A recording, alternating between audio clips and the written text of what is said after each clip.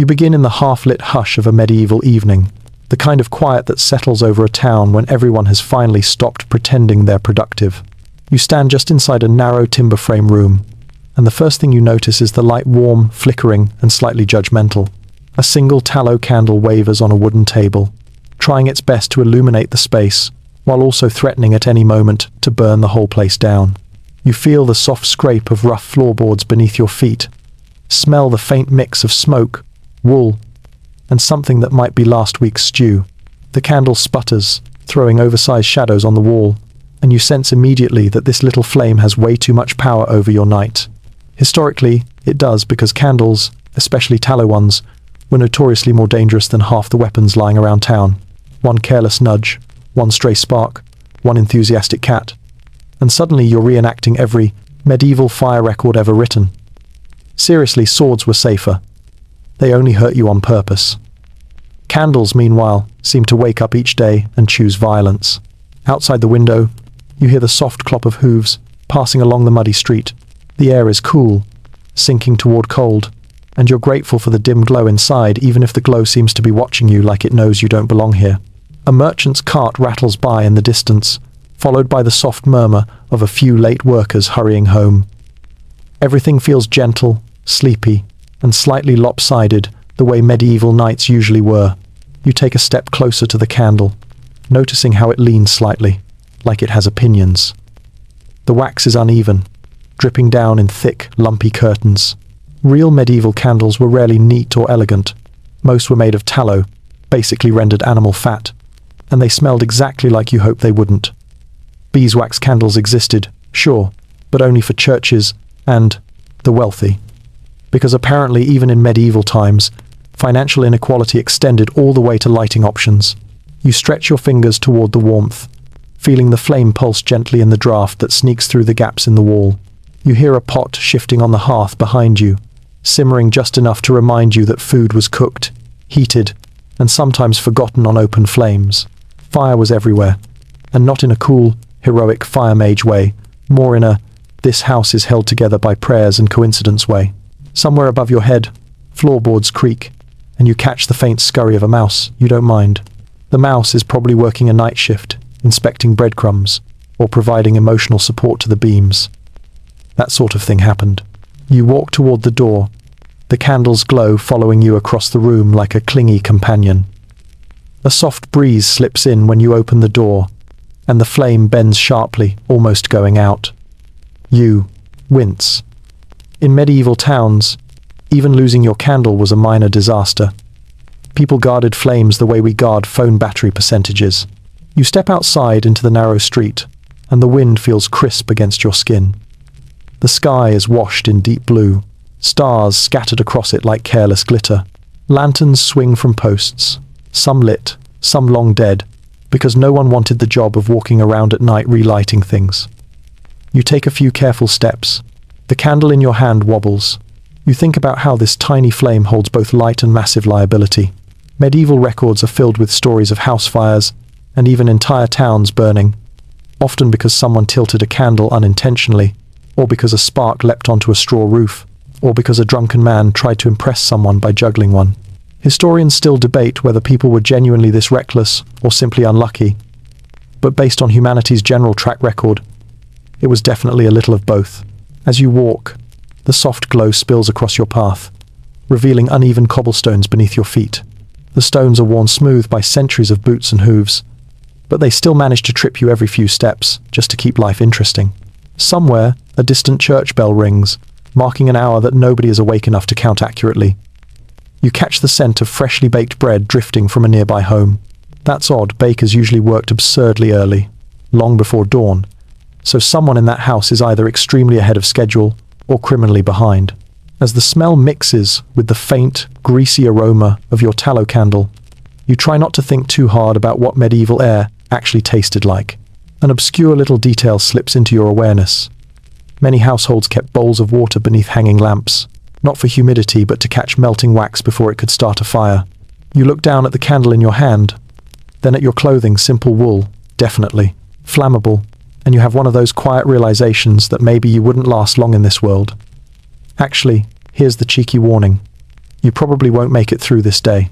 Between the fire hazards, the uneven streets, and the questionable food safety standards, your survival odds are on the same level as a candle in a windstorm. Still, you feel strangely at peace. The night is calm, the candlelight golden, and the world around you moves with a gentle, unhurried rhythm. You're here to wander, to listen, to let your mind rest. So before we drift further into this medieval night, take a moment to breathe.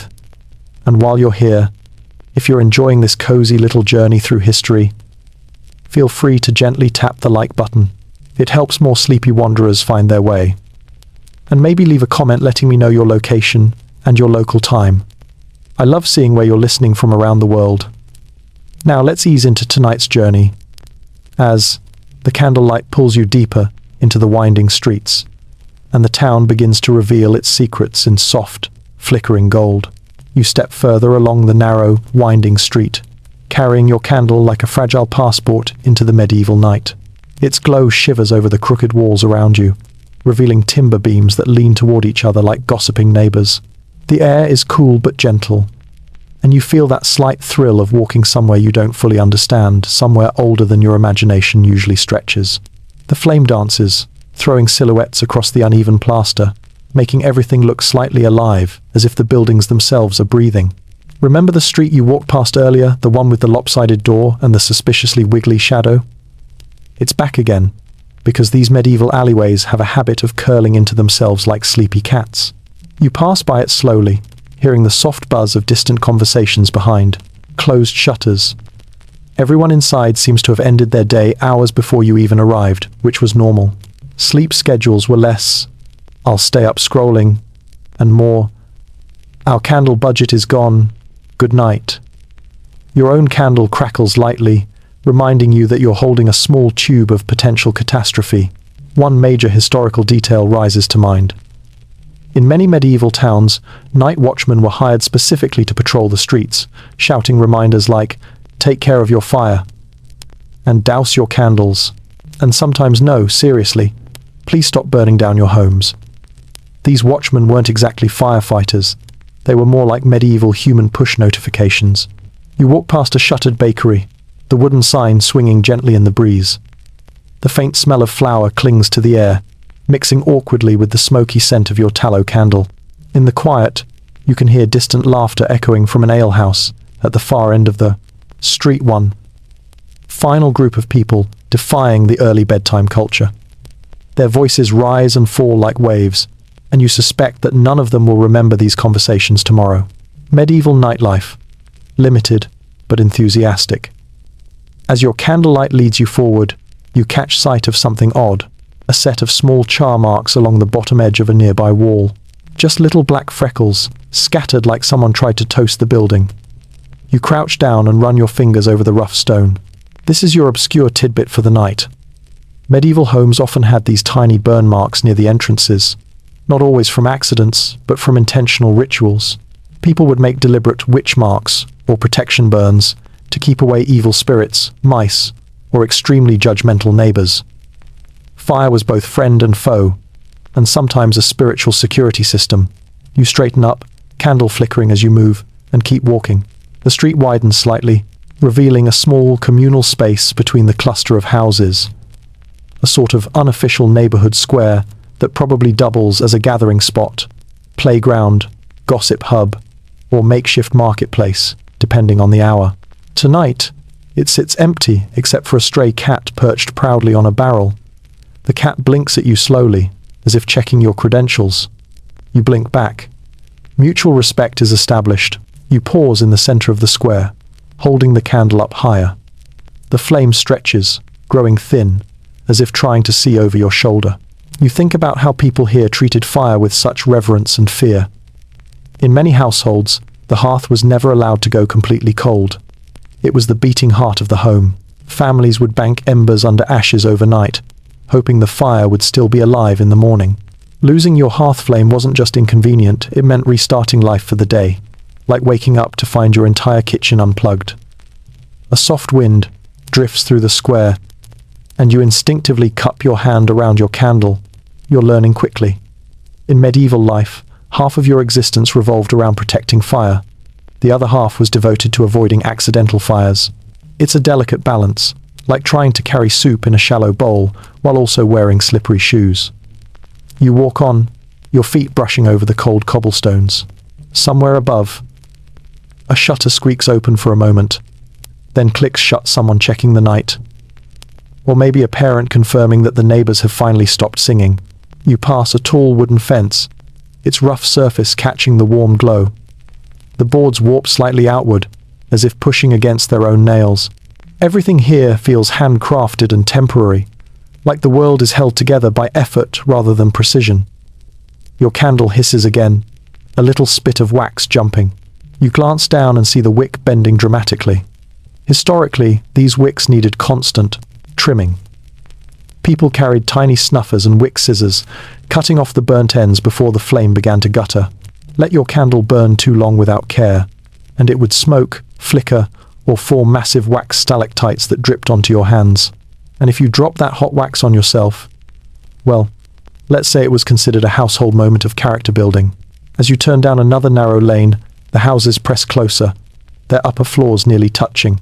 It's like walking through a wooden canyon carved by generations of carpenters who all had slightly different ideas about measurement.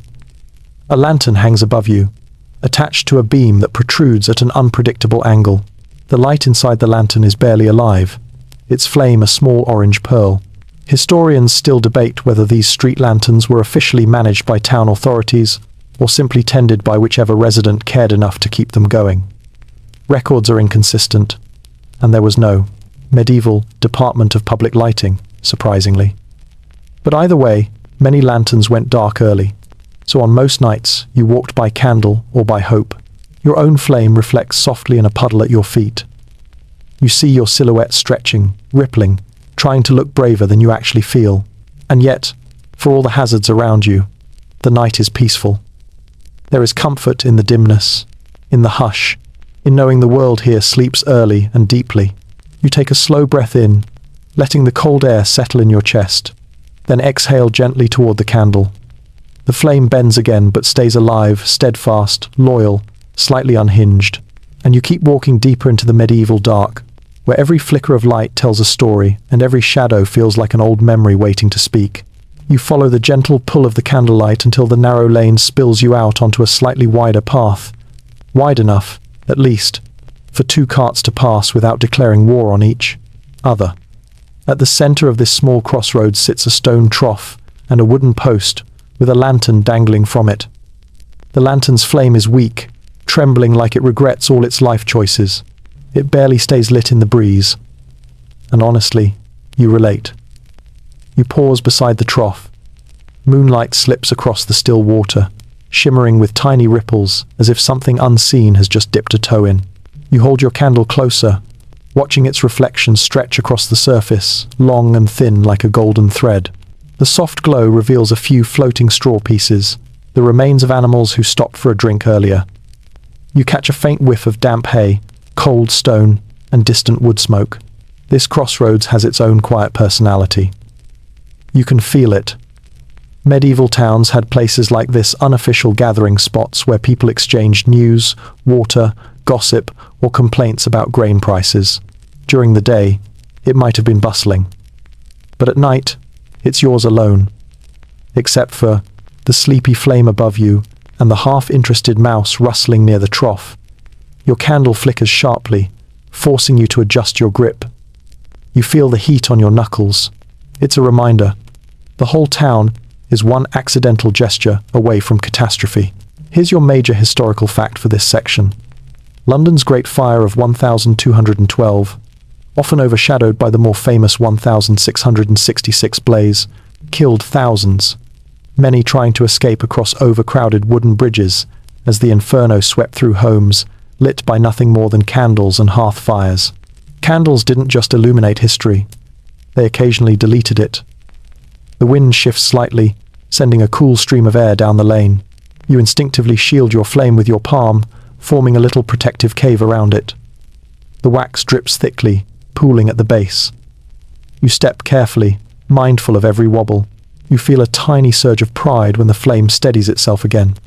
It's like earning the trust of a small, unpredictable pet. Across the square, you notice a wooden bench beneath a sagging awning. A lonely clay cup sits there, forgotten by someone who probably went inside once the night grew too cold. The bench creaks softly, as if inviting you to sit. You glance around the empty crossroads, the faint lantern, the silent houses, and decide to accept. Sitting on the bench, you place your candle on your knee, holding it steadily. The warmth circulates around your hands. You lean back and listen to the night. The distant hoot of an owl, the faint hum of someone snoring drifting from an open loft window, the soft clink of the lantern chain overhead. Everything here is quiet, unhurried, patient. The medieval world doesn't rush, not in the day, and certainly not in the dark. An odd little detail catches your eye near the corner of the crossroads. Something carved into the wood of the post, a small symbol, almost like a star with too many arms. You stand and walk closer. The carving is thin, shallow, intentional, and here comes your obscure tidbit. Medieval people sometimes carved daisy wheels or protective sun symbols into door frames, posts, and furniture to guard against wandering spirits, bad luck, or overly nosy neighbors. Fire might destroy homes, but a fire symbol was believed to ward off worse things. Humans have always had complicated relationships with fire. You trace the carving with your fingertip, feeling the grooves. You imagine someone standing right where you are, centuries ago, carving this mark by candlelight, hoping it would keep their family safe. The flame in the lantern above you sputters again, as if acknowledging the effort across eras. You turn back toward your candle and notice how the shadows shift and stretch each time you move. Medieval streets weren't just dim, they were living illustrations. Every step changed the artwork. You walk along the perimeter of the crossroads, letting the candlelight reveal the disparate textures around you. Rough plaster walls, uneven stone, a patch of moss growing where a gutter leaks, a bundle of firewood tied with twine near a doorway. You lift the candle toward a small wooden sign nailed to a beam. It's a bit faded, scratched, but you can still make out the painted emblem, a pair of shears and a spool of thread. A tailor's house. You imagine the tailor working by candlelight at this exact hour on other nights, his eyes straining against the dim glow. It's a miracle medieval clothing didn't all turn out wildly uneven. In fact, historians still debate whether some surviving garments were intentionally asymmetrical or simply created under terrible lighting conditions. The jury leans toward terrible lighting. A soft sound pulls your attention, a low, lazy clatter coming from the upper floor of the tailor's house. A window swings outward, and a woman leans out slightly, holding a small clay oil lamp. The flame glows warm and steady inside the bowl. She uses her hand to shield it from the wind, just as you do with your candle. For a moment, the two flames reflect across the square, sharing the night. She doesn't see you. She sets the lamp onto the ledge, adjusts it, then shuts the window again. The tiny light now sits perched like a sleepy guardian, watching the crossroads. Oil lamps were another thing entirely cleaner than tallow, but still capable of turning a house into a bonfire. People use them anyway, because comfort almost always outruns caution. You continue walking, moving deeper along one of the branching lanes from the crossroads. Your candle's flame flutters, steady but soft. The world grows quieter with every step, as if the town itself is pulling a blanket over its shoulders. You breathe in the cold night, letting it slow your thoughts. The medieval dark feels safe in its own complicated way. Not safe from fire, obviously, but safe from hurry, noise, demands, deadlines, and notifications. You follow the narrow lane until the houses on either side begin to slouch inward, their upper floors almost brushing one another like two old friends gossiping over the street. Your candlelight stretches ahead of you in a thin, trembling ribbon, guiding you toward a faint orange glow flickering behind a slightly open doorway. It pulses softly, like a promise of warmth, or danger, or both, because in the medieval world, warmth and danger often came from the same source. You approach the doorway slowly. The heavy wooden door is crooked on its hinges and cracked along the grain, but it stands open enough for someone to slip through. A soft murmur of voices escapes from within, mingled with the popping sound of a busy hearth. The smell reaches you next. Wood smoke, warm bread, and something herbal. Maybe thyme, maybe something experimental. You feel the heat spill out in a gentle wave as you step closer, like the house is breathing warmly in your direction. Inside, the glow expands across the room in broad amber strokes. A simple hearth dominates the far wall, built from rough stones and patched mortar. This is the heart of the home, the literal and symbolic center of medieval life. Here's your historical fact of the section. The medieval hearth wasn't just for cooking. It was the household's main light source, heating system, sterilization method, emergency dryer, and sometimes its spiritual focal point. It was the Swiss Army knife of medieval domesticity, without the convenience or portability. You step into the room, your candle flickering as the warm air hits it. The flame shivers, rebounding into a steadier glow. The interior is small, but alive. A wooden table sits near the hearth, covered with bowls, herbs, and a knife so worn, it's basically a suggestion of a blade. A woman stands nearby, stirring a pot, humming a tune under her breath, something steady, something that's been sung 1,000 times by 1,000 families. She doesn't notice you, which is probably good, because you're technically trespassing. You simply drift along the edge of the room, observing without disturbing. The firelight makes everything ripple, as if the air is made of warm water. The shadows rise and fall around you, soft and slow. On the hearthside shelf, you spot something peculiar, a dried frog tied with a bit of twine. And here comes your obscure cultural tidbit. In some medieval households, dried animals or herbs were hung near the hearth as protective charms to ward off illness or misfortune. You're not sure how effective the frog was, but it certainly has presence. The woman pauses her stirring to lift the pot slightly off the hook, checking the consistency of whatever's inside. You hear the bubbling thicken, the sound rich and comforting. The fire beneath the pot snaps, sending sparks dancing up the chimney. Medieval chimneys were, to put it kindly, improvised engineering. Many homes still used open hearths without proper flues, which often meant the delightful side of chronic smoke inhalation during dinner. You watch as the fire throws a brief burst of sparks onto the floor. The woman reacts instantly. She steps forward, stamps them out with practiced efficiency, then returns to stirring. This moment tells you more than any textbook. Medieval people lived with fire the way you live with electricity. Unthinkingly aware, always half listening, ready to move the moment something sounds wrong. You walk around the room, candle held steady, and notice the way its glow competes with the hearth. The candle is trying, but the hearth has seniority.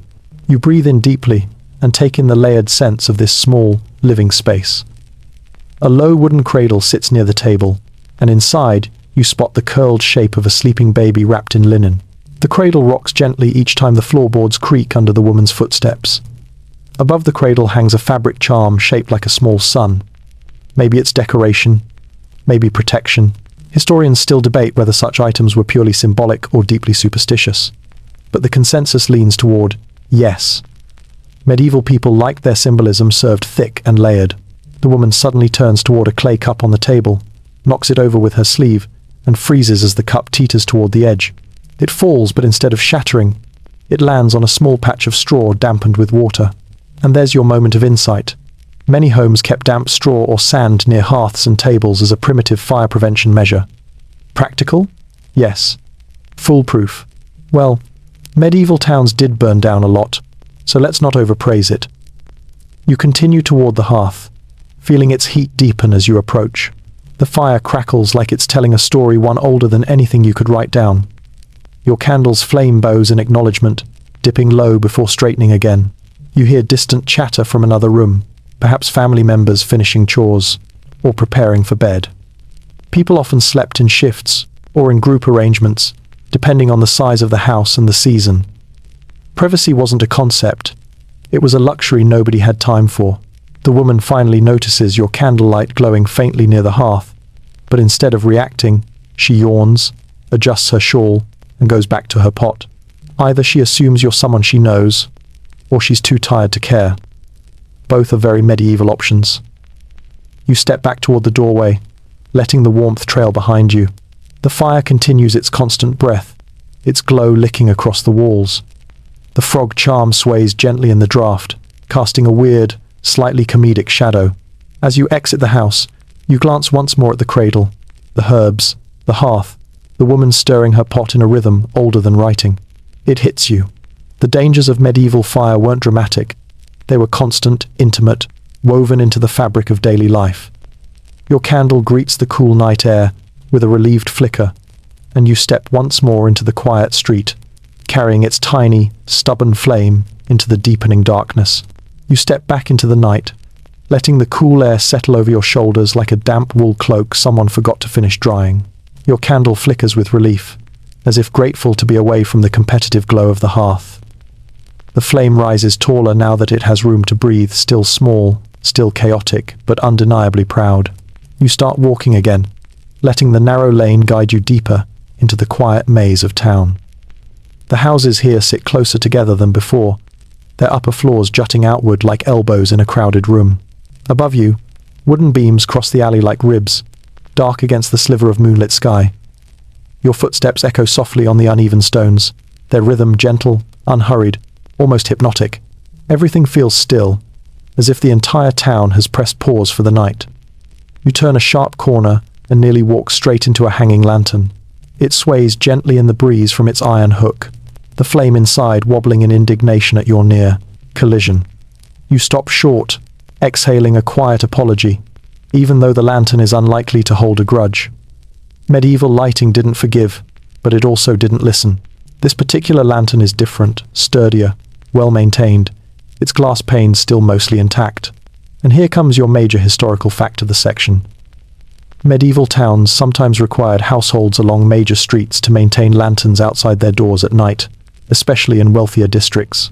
It wasn't public lighting in the modern sense, but a communal agreement. Light a lamp for the safety of passers-by, unless you were cheap, forgetful, or asleep, in which case, good luck, pedestrians. Your candle's flame leans toward the lantern in a curious arc, as though greeting a distant cousin. You lift the candle closer, and for a moment, the two flames glow in harmony. Yours warm and chaotic, the lantern steady and disciplined. They cast overlapping shadows that merge into long, flickering strokes along the walls. You step under the lantern, and the alley brightens around you. In the dual firelight, you see new details, the thin cracks in the plaster, the scratches on the timber beams, a forgotten wooden toy lying near a doorway.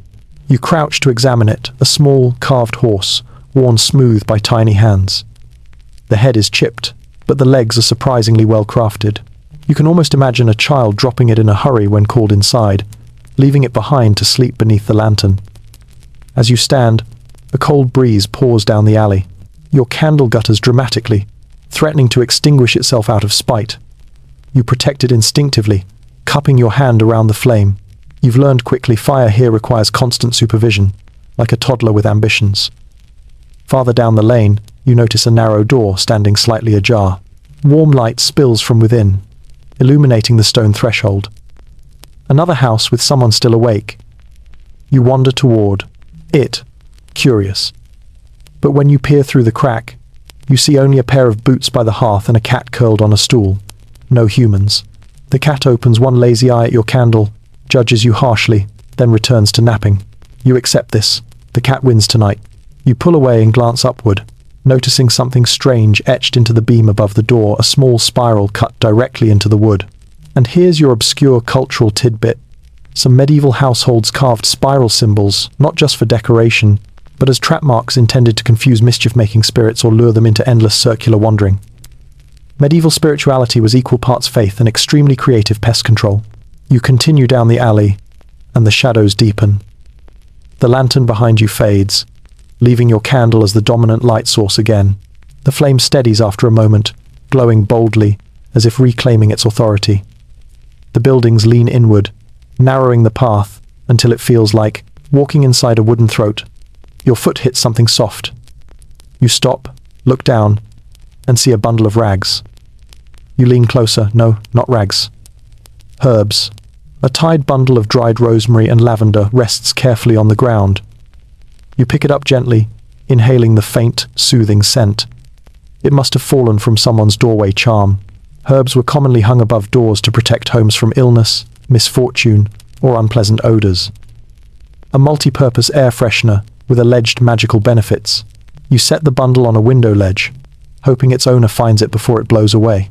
As you move deeper into the lane, your candlelight reveals another unusual sight. A ladder propped against a wall, reaching up to a small loft window. Below it sits a bucket of water. You pause. This combination feels intentional. Historians still debate whether such setups were early forms of fire preparedness stations or simply signs of someone doing late-night chores. Medieval life didn't always label its mysteries clearly, so interpretation becomes a choose-your-own-adventure of guesswork. A soft clatter echoes somewhere behind you. You turn quickly, candle raised. Nothing, just the lantern, swaying faintly in the distance. You listen closely. Another clatter, this time followed by a low grunt. Probably a pig, or a dog, or a pig wearing a dog costume. Medieval nights were unpredictable. You slow your pace, letting the alley guide you with gentle curves. The air cools further, brushing against your cheeks like a damp whisper. You shiver slightly, pulling your cloak tighter in your imagination, wishing medieval people had invented pocket warmers. Finally, the alley opens into a small courtyard, where a single stone well sits in the center. You approach, candle held high. The well's stones are worn smooth, dark with moss. A rope dangles from the beam above, its bucket resting crookedly on the rim. You hear the faint echo of water deep below, a peaceful, endless sound. Your candlelight spills into the well's mouth, illuminating only darkness. But the quiet hum of the water brings a calm grounding to the night, like a gentle anchor, reminding you that life here keeps flowing, even in the deepest hours. You stand beside the well for a long moment, listening to the water and letting your breath slow. The flame in your hand steadies, glowing warm and patient. Somewhere in the distance, another lantern flickers awake. Someone is up late, someone tends their fire, someone worries about the night, and you continue forward, deeper into the illuminated shadows, where every flame, big or small, holds a story waiting to warm, to warn, or simply to guide you home. You leave the quiet well behind and follow a narrow stone path that stretches toward a dim glow flickering at the far end of the courtyard. The wind presses softly against your back, nudging you forward like a polite, slightly insistent medieval tour guide. Your candle sways in your hand, its flame bending and recovering with the rhythmic determination of someone who refuses to be blown out on camera. As you round the corner, you hear it. The low, steady clack of wooden soles hitting cobblestone, a slow, purposeful rhythm. You instinctively shield your candle and take a step into the shadows. The sound draws closer, until finally a figure emerges, tall, cloaked, carrying a long staff tipped with a small iron hook. A night watchman. He walks with a kind of weary pride, the posture of someone who's simultaneously underpaid and deeply convinced of his own importance. Your candlelight brushes his silhouette briefly, revealing sharp cheekbones, a wool cap, and a large metal lantern swinging from his belt. The lantern's flame casts uneven patches of orange across the walls and ground, turning the alley into a series of overlapping glows and shadows. Here's your major historical fact of this section. Medieval night watchmen were responsible for patrolling towns to announce the hours, warn people to cover their fires, and generally discourage nighttime chaos. They weren't exactly police, more like roaming reminders that bedtime existed for a reason. Some even chanted rhymes as they walked, half lullaby and half threat, letting everyone know they were on duty. The watchman pauses at the courtyard's edge, leans on his staff, and clears his throat. You stay still, not wanting to startle him or accidentally get conscripted into chores. He tilts his head back and calls out the hour in a long, drawn-out voice. It echoes through the alleyways like a sleepy wave rolling between houses. When his voice fades, the town falls quiet again. The kind of quiet that feels stitched together by candlelight. You step out of the shadows and follow him at a respectful distance. He moves steadily, lantern scraping against his hip, casting bright arcs that make your candle seem suddenly fragile. The watchman occasionally stoops to check doorways, presses his palm against wooden shutters, tests, latches, making sure everything is closed and secure. In a town made of timber, negligence was a luxury no one could afford.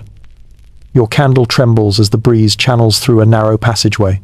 You adjust your grip and notice how the watchman cups his own lantern with one hand each time the wind rises. There's a kind of unspoken solidarity between the two of you, fellow carriers of small flames trying desperately not to let them die. You trail him until he stops near a long row of houses with thatch roofs. You hear the soft rustling sound of straw shifting overhead. The watchman taps his staff against a post 3 times, a practiced gesture. He bends down, running his hand across the ground. You step closer, and your candlelight reveals scorch marks along the wall, small, dark, irregular. He examines them with a frown. A resigned one, as though he's seen this scene 100 times. And here's your obscure tidbit. Medieval people sometimes placed candles in wall, niches, or window recesses without protective holders. The resulting scorch marks became so common they were practically architectural features. Some even believed the blackened patches acted as protective marks against spirits, though historians still debate whether that was superstition or just a convenient excuse for bad fire safety. The watchman stands, sighs deeply, and taps the scorched wall with 2 fingers, the universal medieval gesture for, "Please, stop doing this." Then he moves on. You follow him until the alley forks, and he turns left, disappearing around a corner with his lantern swinging like a small, determined sun. You head down the right path instead. The lane feels narrower somehow, without the watchman's lantern, your candle, suddenly the lone guardian of your personal safety and ambience. You hold it closer to your chest, feeling its warmth pulse against your hand. Ahead, a wooden gate blocks part of the path. Someone's hung a metal pot from the gatepost, perhaps drying it after dinner, or forgetting it entirely. The pot catches your candle's glow and reflects it in a warped circle, making the light look like it's bending time. You step around the gate, brushing past the rough boards, and enter an older part of town. The buildings shift here, thicker beams, darker stone, smaller windows. This area feels ancient even by medieval standards, like the architecture itself has stories it refuses to tell until you've earned its trust. A faint sound drifts through the darkness, soft, rhythmic tapping. You tilt your head, unsure, but soon you recognize it. Someone sharpening a blade, not in a threatening way, just in the, "I have to do this sometime, and tonight is as good as any way." The scraping sound rises and falls, echoing along the stones, oddly soothing. You continue walking until you reach a small alcove where a single torch is mounted on the wall. Its flame burns tall, strong, confident, the overly competitive sibling of all the candles in town. You approach cautiously. Torches were notorious divas, bright, smoky, and constantly dropping sparks like they're throwing expensive parties. A small pile of sand lies beneath the torch, clearly intentional. And here's a little-known detail. Many towns required households to keep sand or water under exterior torches as a primitive, semi-effective safety measure. It didn't always work, but at least it showed effort. You dip your fingers lightly into the sand, feeling its cool, grainy texture. Then step back.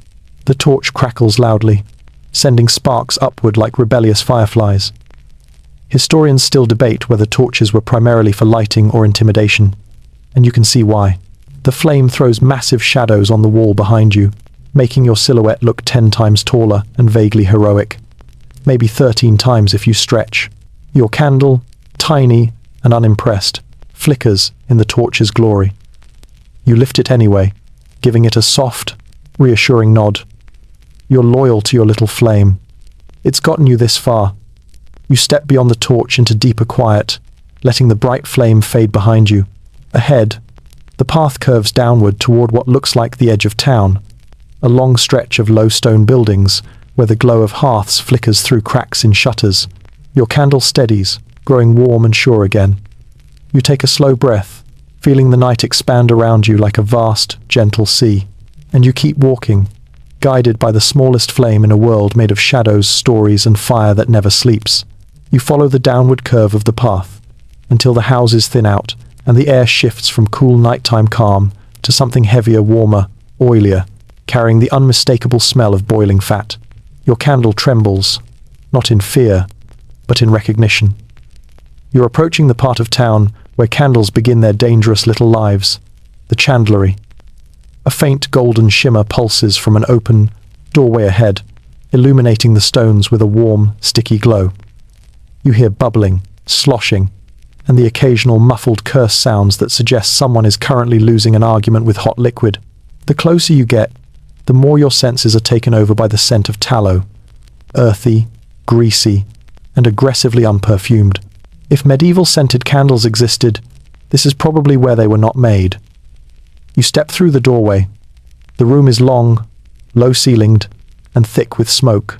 Bundles of cooling candles hang from wooden frames, rows and rows of pale, lumpy strings that resemble upside-down root vegetables.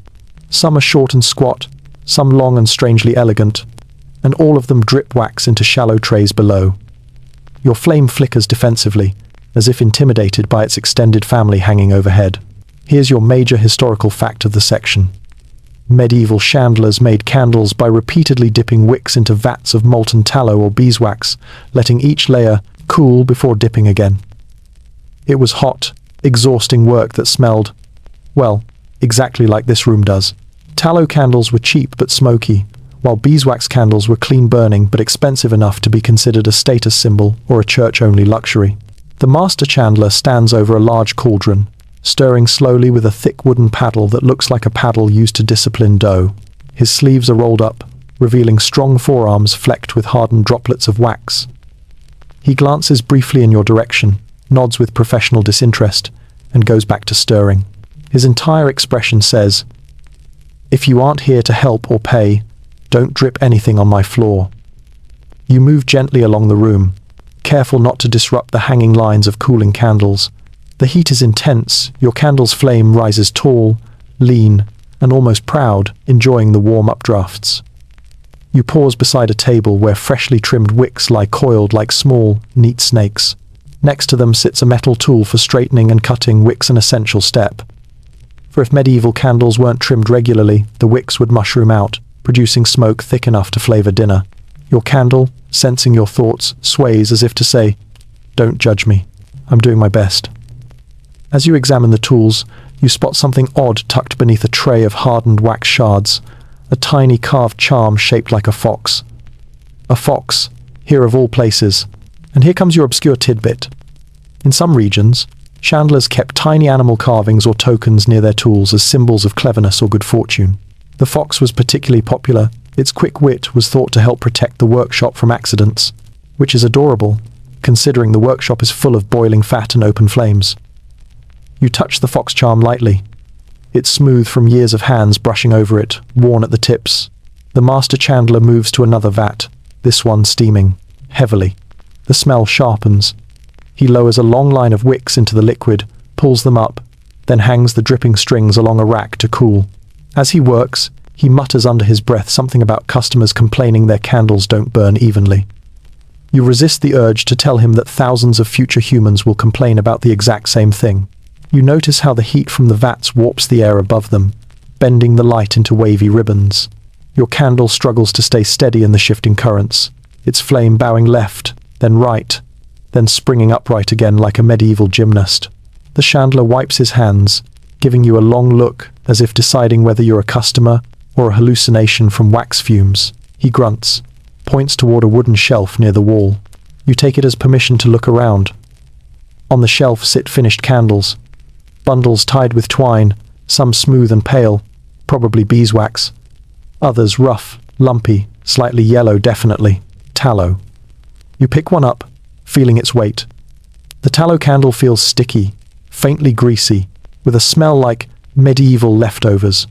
You gently set it back. You wander toward the far end of the room, where a small window lets in a sliver of night air. The window is fogged with steam. You wipe the glass with your sleeve and peer outside. A cluster of empty buckets sits beneath the eaves, some filled with water, some with sand. Safety measures, such as they were. Chandlers used them for emergencies and occasionally for cooling tools or extinguishing particularly dramatic wax fires. You imagine this room going up in flames. One dropped candle, one overturned vat, and the entire workshop would become a bubbling cauldron of medieval chaos. Historians still debate whether chandleries had higher than average fire incidents or simply recorded them more often. But either way, the job was considered risky. You step back from the window and glance around the room again. The candles hanging. Above you sway gently from the heat currents, glowing faintly in your candle's reflection. They look like an army of tiny, sleeping soldiers, waiting to be awakened into service. Dangerous, loyal, short-lived soldiers. The master chandler mutters something to himself and reaches for a ladle. Hot wax drips onto the floor. He doesn't seem bothered, so you decide not to be bothered either. You turn toward the doorway, ready to leave the heat behind. Your candle perks up in the cooler air, flame standing straighter, happier. As you step outside, the warm glow from the chandlery spills onto the cobblestones behind you, painting the path in shimmering gold. You walk away slowly, feeling the night air settle once more around your shoulders. The smell of tallow fades with each step. Ahead, the town stretches into a softer, darker, quiet one the chandlery could never match. Your candle guides you onward, its small flame suddenly feeling significant. A reminder that every light you've seen tonight began somewhere, maybe in a room exactly like the one you just visited. And now, you carry that history with you, gently, into the deepening medieval dark. You walk away from the chandlery until the heavy smell of boiled tallow finally loosens its grip on your clothes. The night air feels cleaner here, cooler, with a faint hint of damp earth and chimney smoke. Your candle relaxes, its flame swaying with a kind of relieved elegance, as though grateful to no longer be surrounded by wax relatives waiting to melt into the world. The path leads you into a long, narrow street lined with small timber houses. Every window is shuttered tight, each one sealed like a pair of sleeping eyelids. The silence is thick, so thick you almost feel you're intruding on the town's collective dream. Your footsteps echo lightly on the cobblestones, mingling with the soft, steady whisper of your candle. You notice how utterly dark the houses are, no glows behind cracks, no flickers at thresholds. And here comes your major historical fact of the section. Medieval households often extinguished most lights shortly after nightfall. Not because they wanted to, many would have preferred staying up later, but because candles were costly, and fire risk increased dramatically when people were tired. Entire families went to bed with only embers left glowing under the hearth ash, hoping the fire could be coaxed back to life in the morning. You glance at the shuttered windows. Life is behind them. Sleeping adults, dreaming children, maybe a restless cat plotting world domination. But from the street, the houses appear like quiet, wooden shells. A soft creak startles you. A shutter from one of the houses cracks open just a finger width. A sliver of warm light escapes, sharp and bright against the darkness. You hear whispers from inside, a couple murmuring, perhaps finishing a conversation they started hours earlier. A moment later, the shutter snaps shut again. The street returns to stillness. You continue walking, noticing something unusual beneath one of the windows, a tiny clay bowl filled with water.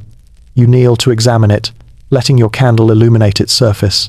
The water is still, reflecting your flame in a perfect, trembling circle. And here's your obscure little tidbit. Many medieval homes placed water bowls beneath their windows or near their thresholds at night to act as poor man's fire breaks.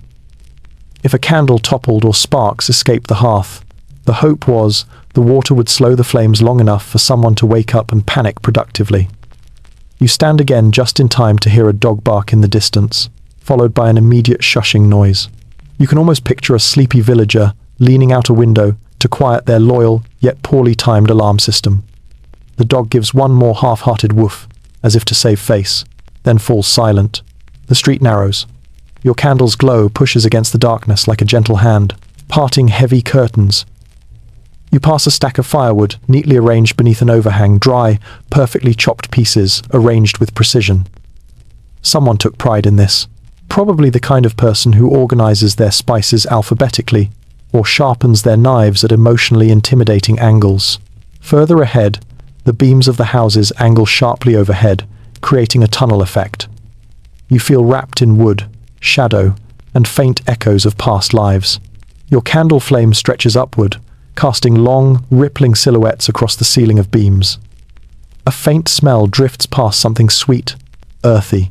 You follow it to a small window sill where a bundle of dried flowers hangs upside down, tied neatly with twine. Maybe chamomile, maybe something more obscure.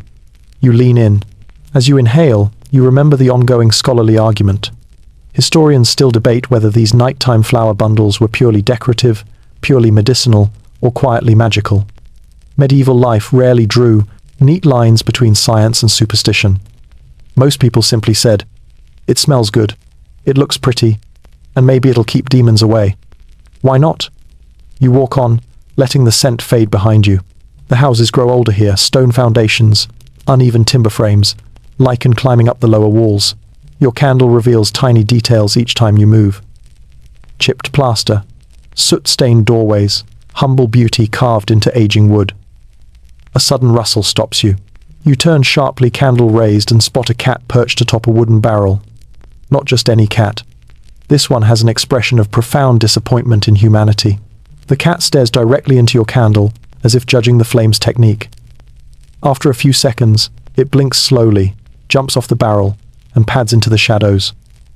You take its departure as approval. Sort of. You reach a crossroads, a smaller one than the earlier square, but with 4 narrow passages branching off like fingers. At its center stands a stone pillar topped with a small metal hook. Once, perhaps, a lantern hung there. Now the hook is empty, swaying slightly in the wind, tapping the pillar with a quiet, rhythmic ting, ting. You raise your candle. The flame bends toward the hook, and for a moment, you imagine the post remembering the last lantern that hung there, lighting the night for travelers, gossipers, or overly energetic chickens that refuse to sleep after sunset. Your hand feels warm around the candle holder. You watch the flame sway, soft, calm, persistent. It casts a circle of gold on the ground, like a safe little island in the middle of the dark. You choose the lane that slopes gently downward.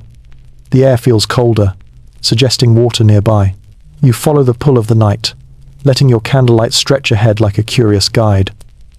The street of silent windows fades behind you, swallowed by shadows, but your candle is strong, steady, leading you onward, and the medieval night has more secrets waiting. In its quiet glow, the downward sloping lane guides you toward the faint murmur of water, a soft, continuous whisper threading through the night. Your candle glows brighter against the deepening darkness, its flame swaying in gentle anticipation. The air cools even more, brushing your cheeks with the damp breath of the river long before you reach it. When the alley finally opens, you step onto a small embankment lined with smooth stones. The river glides past, dark and glassy, carrying reflections of the moon like tiny, drifting pieces of silver. You lift your candle instinctively, and its warm glow paints a golden streak across the surface. The sight is soft, surreal, almost too peaceful for a world built on things constantly catching fire. You walk closer to the edge, listening to the gentle lap of water against the bank. A wooden jetty extends a few feet into the river, old, crooked, slightly damp. The boards creak under your weight as you step onto it, the sound carrying out across the sleeping water. Your candle flickers sharply in the breeze coming off the river, bending almost horizontally for a moment before straightening with a stubborn little hop. Here's your major historical fact of this section. Rivers weren't just scenic in medieval life. They were essential. They were highways, reservoirs, laundromats, and general-purpose conveniences. People washed clothes, rinsed vegetables, doused fires, disposed of waste, and sometimes tried to catch dinner from the same currents. Not always in that order. You lean over slightly, letting your candle illuminate the shallow water below. Tiny ripples shiver across the surface, distorting your reflection into a warm, wiggling shape. You watch the flame dance on the river, like a little spirit trying to escape its wick. Suddenly, something plops in the water a few feet away. You jerk your head up, startled. A circle of ripples expands outward. Maybe a frog. Maybe a fish. Maybe a medieval eel with an inflated sense of drama. You decide not to investigate. On the far side of the jetty sits a wooden bucket, half filled with river water. You walk toward it and notice it's tied to the dock with a fraying rope. The bucket is old, swollen with moisture, and deeply scarred along one side. A closer look reveals blackened scorch marks clearly not from the river. This leads perfectly into your obscure tidbit. Some medieval towns required residents near waterways to keep buckets at the ready for nighttime emergencies. If a fire broke out, and they did, frequently neighbors would rush to the river, fill the buckets, and form long human chains to pass water hand to hand. Firefighting, medieval style, teamwork, adrenaline, and a very real chance you'd accidentally splash your neighbor instead of the flames. You dip a finger into the bucket. The water is cool, still, and slightly murky. Your candle's glow ripples across its surface, distorted by the uneven wood. A sudden gust sweeps across the river, threatening your flame. You cup it quickly, shielding it from the wind. The warmth pulses against your hand, and for a moment, you're reminded once again. This world is one long balancing act between light and loss. Fire gives life. Fire takes it. Depending on the mood, you turn away from the jetty and start walking along the riverbank. The path is narrow, packed hard by countless footsteps. Fishermen, townsfolk, children skipping stones, the occasional sheep who wandered too far. Your footsteps crunch softly. The night feels wider here, the sky stretching overhead like a vast black cloak embroidered with cold stars.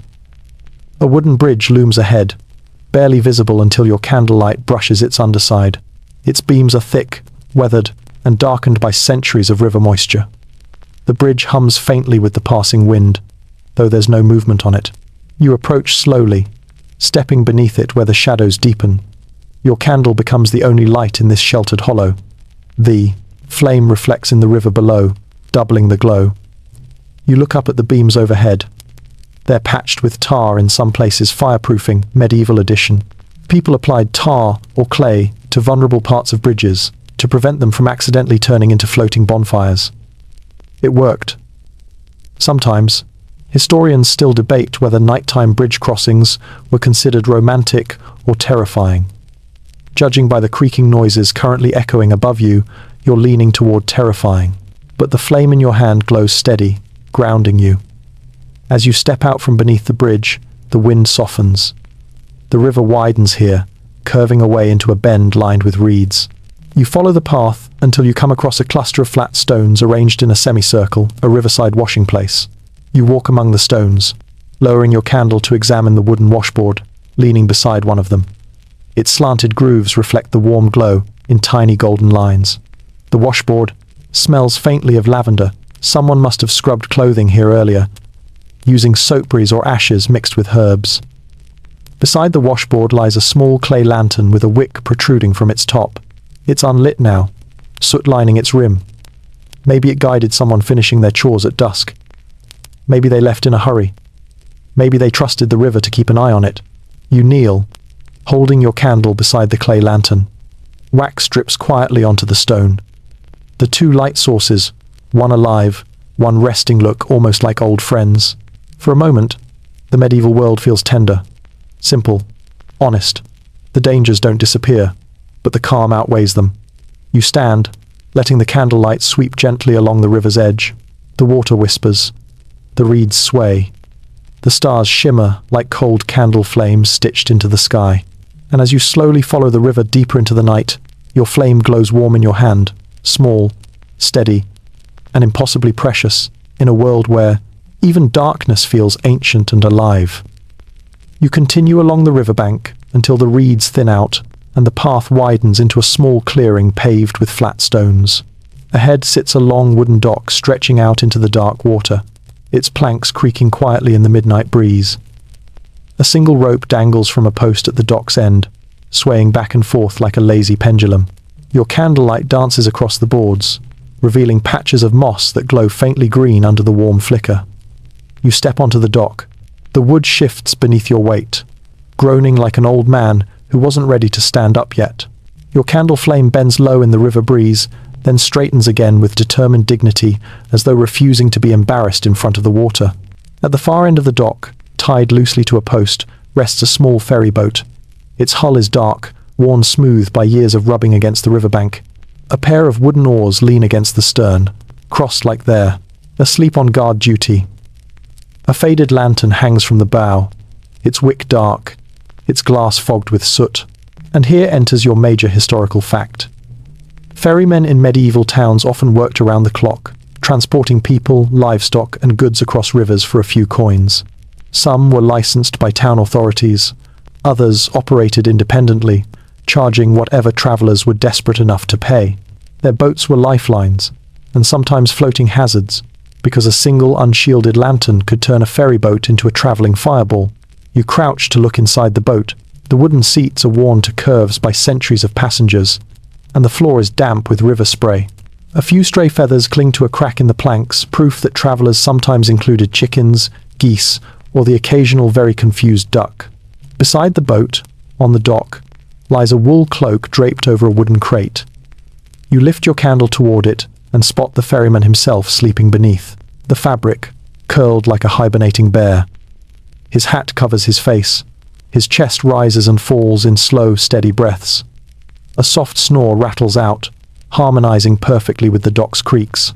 You take a careful step back, not wanting to startle a sleeping ferryman. Medieval workers were chronically exhausted, and waking one abruptly might result in several minutes of confused shouting, mixed with folktale references. A gentle splash draws your attention. You turn, candle raised, and see a fish jump briefly above the water's surface, catching the moonlight before disappearing again. The ripples glide outward in widening circles until they reach the underside of the dock, tapping softly against its beams. As you move along the edge, your candlelight spills into the water, and something catches your eye. A faint glow. Not a reflection. Something beneath the surface. You crouch lower. A sunken lantern. A small metal lantern rests just below the waterline, caught among weeds and river stones. Its flame is long dead, of course, but the way your candlelight refracts through the glass makes it look eerily alive. And here's your obscure tidbit. Lanterns often slipped off ferries at night, either knocked loose by clumsy passengers, startled animals, or simply by the ferryman cursing the wind and shaking the boat too enthusiastically. Some towns even had informal rules about collecting lost lanterns during low tide, offering small coin rewards for their recovery. You watch the underwater lantern for a moment, fascinated by the way your flame bends into distorted shapes through the rippling surface. The river turns the glow into something dreamy and soft, as though the world is gently editing your candle for aesthetic purposes. You stand, brushing your fingers lightly along the rope tied to the post. The knot is simple, quick, and practiced, clearly tied by someone who's made and unmade this knot every day of their working life. The rope is frayed in places, but strong, much like medieval people themselves. A quiet rustling comes from the reeds beside the dock. You turn, candle lifted, and see a small bundle of straw tied with twine resting near the edge. You lean closer. It's a charm.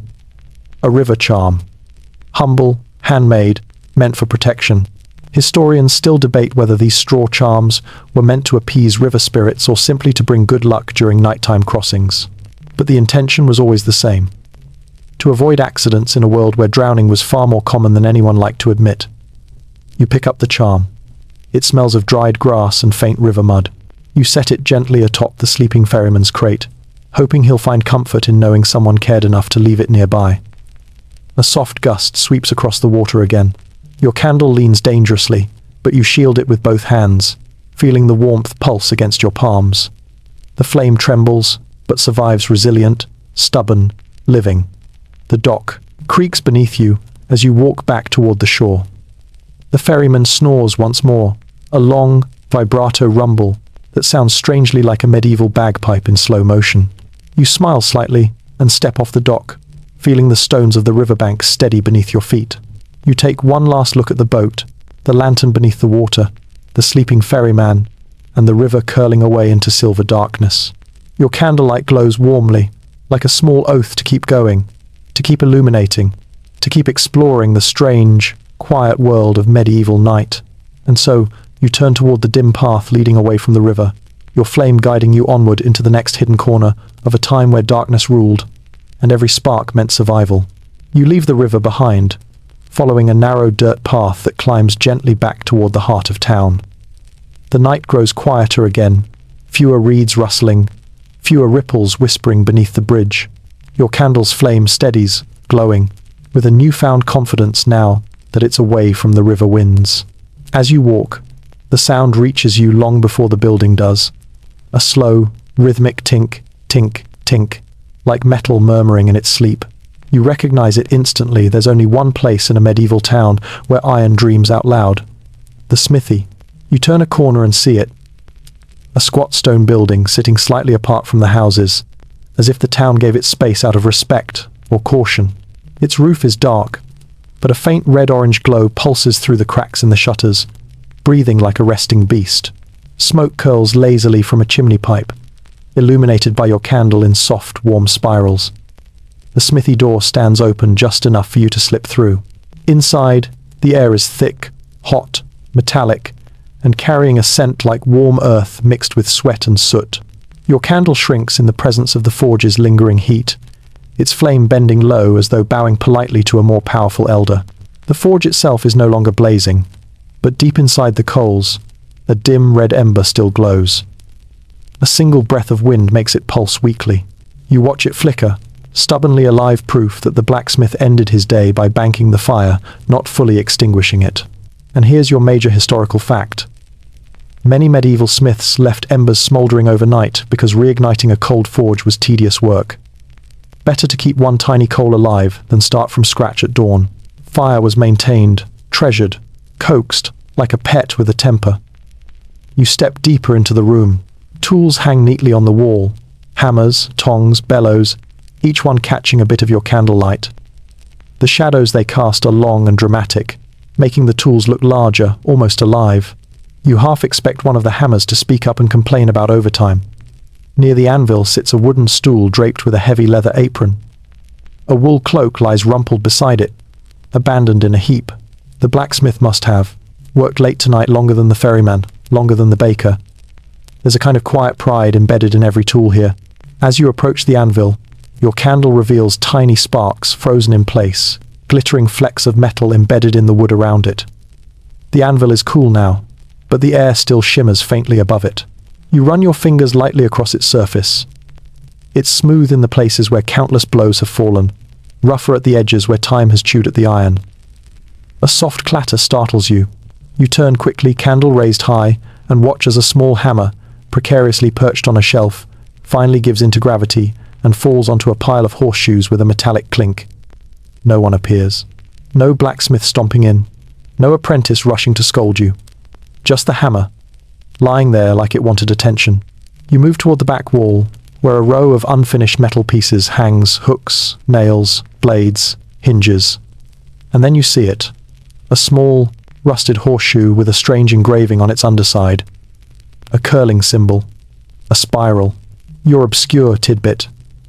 In some medieval workshops, smiths carved protective symbols onto tools or ironwork to lock good fortune into the metal. These symbols weren't decorative. They were quasi-magical signatures, meant to steady the craftsman's hand and ward off mishaps. Even blacksmiths, masters of fire, believed in charms against accidental burns, broken tools, or wandering bad luck. You trace the spiral with your thumb. The metal is cool, rough, ancient feeling.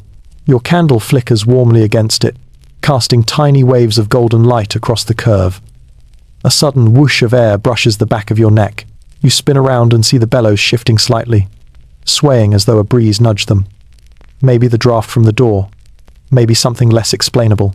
Historians still debate how sensitive medieval bellows were to airflow. But one thing is certain. A forge at night never quite stops breathing. You step closer to the dormant furnace. Your candlelight glows against the blackened mouth of the forge, illuminating soot-slick stones and the faint shimmer of half-melted slag. A tiny puff of heat rises, barely noticeable, yet unmistakably alive. You stay there for a moment, feeling the warm exhale, listening to the gorgeously subtle crackling of settling metal. Fire sleeps lightly in this place. Your candle feels almost shy, its small flame bending toward the heat as if greeting an older mentor. You wander to a side table cluttered with scraps, metal shavings, broken tongs, bits of nails, curled shreds of iron like fragments of forgotten fires. Among them lies a small clay mug, half full of water, with a thin ring of ash around its rim. The presence of that mug sparks another thought. Blacksmiths always kept water nearby, not just for quenching iron, but for emergencies. A sudden spark, a collapsing coal bed, or an ember leaping onto a wool cloak could turn the smithy into an inferno. Water wasn't plentiful in all areas, but in a place like this, a few cups were always within reach. You take one final slow walk around the workshop. The tools gleam in your candle's glow. The ember in the forge pulses faintly like a tired heartbeat. The air hums with old heat, old labor, old stories hammered into the very bones of the building. At the doorway, you pause and look back. This place is peaceful now, gentle, resting, but you can sense how alive it must be in daylight. Fire roaring, hammers ringing, iron bending to will and flame. A dangerous sanctuary built on skill, sweat, and constant negotiation with heat. Your candle brightens as you step outside, the cooler air welcoming it back into full flame. The door creaks shut behind you, muffling the low, eternal hum of the sleeping forge. You walk into the night once more, holding your little light steady, feeling, perhaps for the first time, just how much effort it took to keep every flame in this world both alive and contained. The path ahead grows darker, waiting. You leave the smithy and step into a stretch of night that feels noticeably cooler, as though the heat of the forge has been peeled away from your skin. Your candle brightens in the darkness, flame standing tall and proud, as if relieved to finally be the warmest thing in the room again. The air here carries the faint scent of damp wood, wet stone, and something else, something slightly charred. You follow the source of that scent into a cramped alleyway lined with houses whose roofs lean toward each other like two rows of conspirators whispering over your head. Their thatch bristles down in shaggy layers, some expertly trimmed, others drooping like unwashed medieval bangs. Your candlelight drips across the uneven path, revealing patches of moss and tiny puddles left behind by the evening drizzle. This alley has a reputation just by the way it looks, just by the way it breathes. And here comes the major historical fact of the section. Thatched roofs were incredibly flammable. Even a tiny spark drifting upward from a neglected candle could ignite the whole thing. Towns across medieval Europe passed repeated laws regulating how high thatch could be layered, how close chimneys could sit, and how one should maintain them. But people routinely ignored these guidelines, citing reasons ranging from cost to stubbornness to, "I'll fix it tomorrow." You tilt your candle upward. Wax drips onto the stones as your flame stretches toward the low-hanging thatch above you. It's close enough that the town's night watchman would loudly scold you if he saw you standing here. The flame bends in a soft breeze, sending a warm glow up the roof's rough texture. For a moment, you imagine the whole alley exhaling nervously. You walk on. The path narrows further until you have to angle your shoulders sideways. Your candle presses dangerously near the wall, making the shadows jump like startled cats. You pause, rebalancing your flame so it doesn't kiss the timber too closely. This place demands respect, and perhaps a fire extinguisher, but medieval people did not have that luxury. They had wet rags, sand, prayer, and a remarkable faith in luck. As you progress deeper into the alley, soft sounds emerge, wood creaking, thatch rustling, the faint patter of something tiny scurrying overhead. Probably mice, possibly rats, definitely creatures with no regard for your modern sense of comfort. This alley is their playground. Your candle catches the edge of a peculiar sight.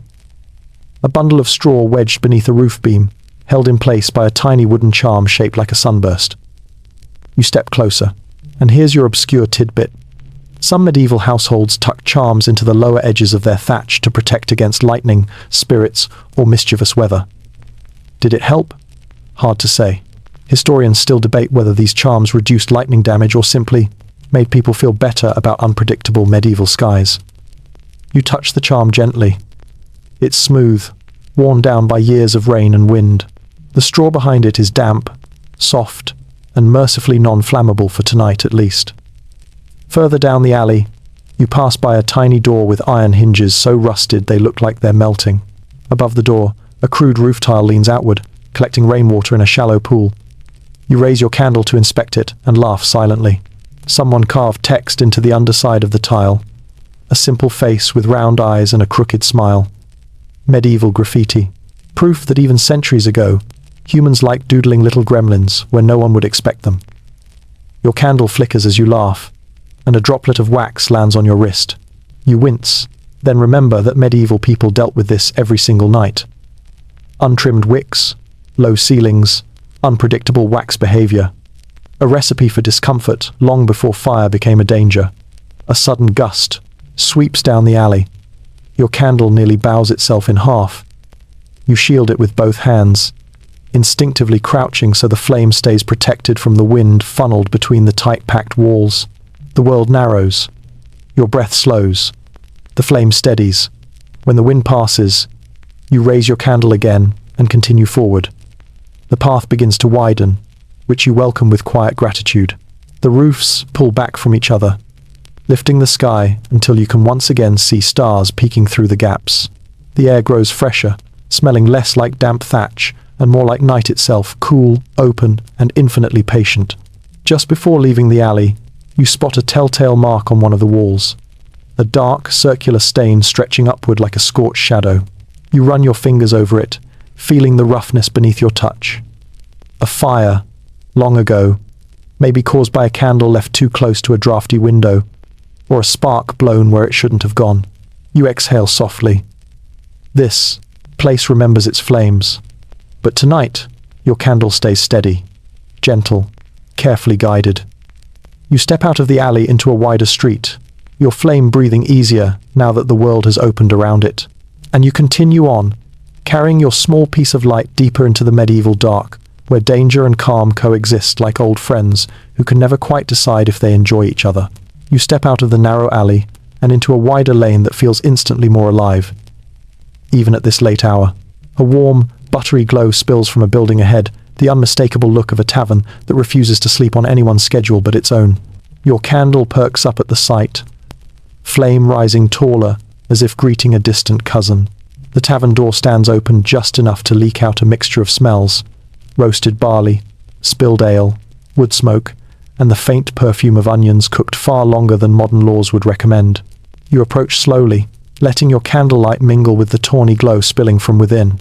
The sign above the entrance sways in the wind, a painted wooden board featuring a very determined-looking goose, wielding what might be a stick, or possibly a weapon.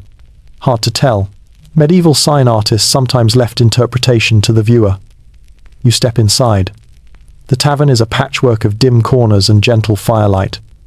A long wooden table stretches across the center, littered with clay cups, crumbs, and a few abandoned dice. A couple of patrons doze upright in their seats, hands still loosely curled around their mugs, heads bobbing like tired sunflowers. At the far end of the room burns the tavern's hearth, bigger, louder, more theatrical than the quiet household hearths you've seen tonight. Sparks snap upward, as if trying to audition for a leading role. And here comes your major historical fact. Many medieval taverns kept a large communal fire burning almost constantly, not just for heat or cooking, but as a symbolic beacon of hospitality. Taverns were safe places to gather, gossip, drink, and occasionally regret decisions. Their embers rarely died. Your candle flame leans toward the tavern hearth with an admiring tilt, like a small flame meeting a celebrity. But your candle is still your companion tonight, and you guide it gently deeper into the room. A barmaid snores softly on a bench beside a barrel, apron still on, hands clasped around an empty pitcher. Her sleep is the kind of deep exhaustion only people who have carried 15 plates at once can truly understand. You tiptoe past her, candle raised. The wooden walls glow in warm amber waves as your flame merges with the fire's light. Shadows ripple across the beams overhead like a silent dance. You walk closer to the hearth, feeling the heat expand across your face and hands. Your candle bends low toward the floor, overwhelmed by the force of the rising hot air. You shield your little flame, letting it recover its dignity. Nearby, a small table holds a few curious objects. A wooden spoon, a half-finished loaf of bread, and a tiny iron skillet filled with what looks like melted wax. You inspect it more closely. Definitely wax. But why? Here's your obscure tidbit. Tavern keepers sometimes used leftover candle stubs by melting them into small dishes to create improvised economy lamps, especially on busy nights when full candles were too costly to waste. You picture a harried tavern worker melting wax between orders, creating a tiny, stubborn flame to keep a corner lit. You look up just as the tavern's only awake customer stirs. An older man sits slumped at a table, chin resting on his fist, eyes half closed but not quite asleep. He glances toward you, not surprised to see someone carrying a candle around his tavern at midnight. He raises a hand in a slow greeting before letting his arm fall back onto the table with a soft thunk. You nod politely, unsure if he saw you or simply greeted the concept of light passing by. Your candle pulls your attention toward the hearth again. The fire breathes deeply, its coals glowing in rich reds and oranges. A pot hangs over the flames, filled with something that smells like it's been simmering for at least 4 hours too long. You imagine tomorrow's breakfast being ladled from it without question or concern. You step closer to the hearth and notice the stone floor beneath. It darkened with scorch marks and tiny pits where sparks have landed over decades. People tried to manage these sparks with sand or ash, sweeping and tamping as needed, But tavern sparks tend to be rebellious. The hearth breathes out a rush of heat that nearly snuffs your candle. You protect your flame instinctively. Stepping back, this tavern's fire is a roaring extrovert. Your candle is an introverted cousin trying its best. The old man mumbles something unintelligible, possibly a blessing, possibly a complaint about stew quality. He shifts, knocking a mug onto its side. The mug rolls, hits a table leg, stops. No one cares. This is a tavern at closing time. Reality is optional. A draft slips across the floor. Your candle bends dramatically but stays alive. You follow the movement of air to a back corner where a forgotten window stands cracked open by a finger's width. A scrap of parchment flutters beneath it. You pick it up. It's a rough sketch of what looks like a building, maybe someone's attempt at designing a new stable or shop front. But there are strange shapes drawn beside it, swirling lines, geometric marks. Historians still debate whether tavern-goers doodled spells, plans, or simply abstract nonsense while drinking. The answer might be all of the above. You slide the parchment back where you found it. The fire pops loudly, sending a spark flying a short distance across the floor. It lands harmlessly in a groove between stones. The old man doesn't even flinch. You do, slightly. Your candle hisses, as if scolding the hearth for being dramatic. You take one last look around the tavern. The sleeping barmaid, the snoring patrons, the never-dying fire, the scribbles left behind by someone who probably thought they were a genius 3 cups ago. This place is alive even in its sleep, warm even in its quiet, a refuge from the night's chaos, and sometimes the cause of it. Your candle glows softly as you step back outside. The tavern's doorway closes behind you, with a low thump, muffling the hearth's voice. The street feels colder now, calmer, narrower, but your flame is steady, and the medieval night stretches ahead, with more corners waiting to tell their stories. You walk away from the tavern, and into a stretch of night that feels almost hollow-wide, still, waiting. The houses space themselves farther apart here, their silhouettes soft against the sky, and your candle seems to grow brighter in the spacious quiet. The air has cooled enough to give your breath a faint mist, and somewhere nearby, a rooster makes a confused half-squawk, as if reconsidering waking everyone at the wrong hour. Soon, the street widens into an open square, the town market. By day, this would be a riot of noise, vendors shouting prices, children weaving between stalls, animals braying with questionable enthusiasm. But now, under the slow rise of your candlelight, the market sleeps. Wooden booths stand silent, with their counters draped in heavy cloth. Empty baskets rest on overturned crates. A few stray feathers cling to the cobblestones like tiny white flags, waving surrender to the night. Your candle throws long, slender shadows across the square, transforming mundane objects into strange shapes. A broom becomes a thin-limbed guardian. A tar-stained crate becomes a lurking creature. A hanging scale resembles a strange metallic moon. You step beneath the awning of the nearest stall, letting your candlelight sweep across its bare surface. A scattering of dried peas remains in the corner, abandoned like tiny green marbles. You brush your hand across the wooden counter. It's rough, cold, and smudged with soot. And that brings you to today's major historical fact. Medieval markets burned often. Very often. Fire was so common in marketplaces that many towns passed strict rules requiring merchants to snuff all candles after dusk, to stop using open flames near canvas stalls, and to keep buckets of sand nearby. These rules were followed with the same enthusiasm modern people have for reading the terms and conditions before clicking agree. You walk deeper into the square, noticing how the market stalls form a sort of labyrinth.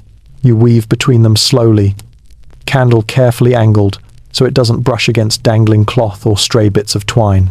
The air shifts subtly as you pass a butcher's booth, still carrying a faint iron scent, but thankfully without the accompanying sights you don't want before bedtime. At the far end of the square sits a small stone building with an arched entryway. A tiny flicker glows beneath the door, a thin stripe of gold that wobbles gently, as if disturbed by movement.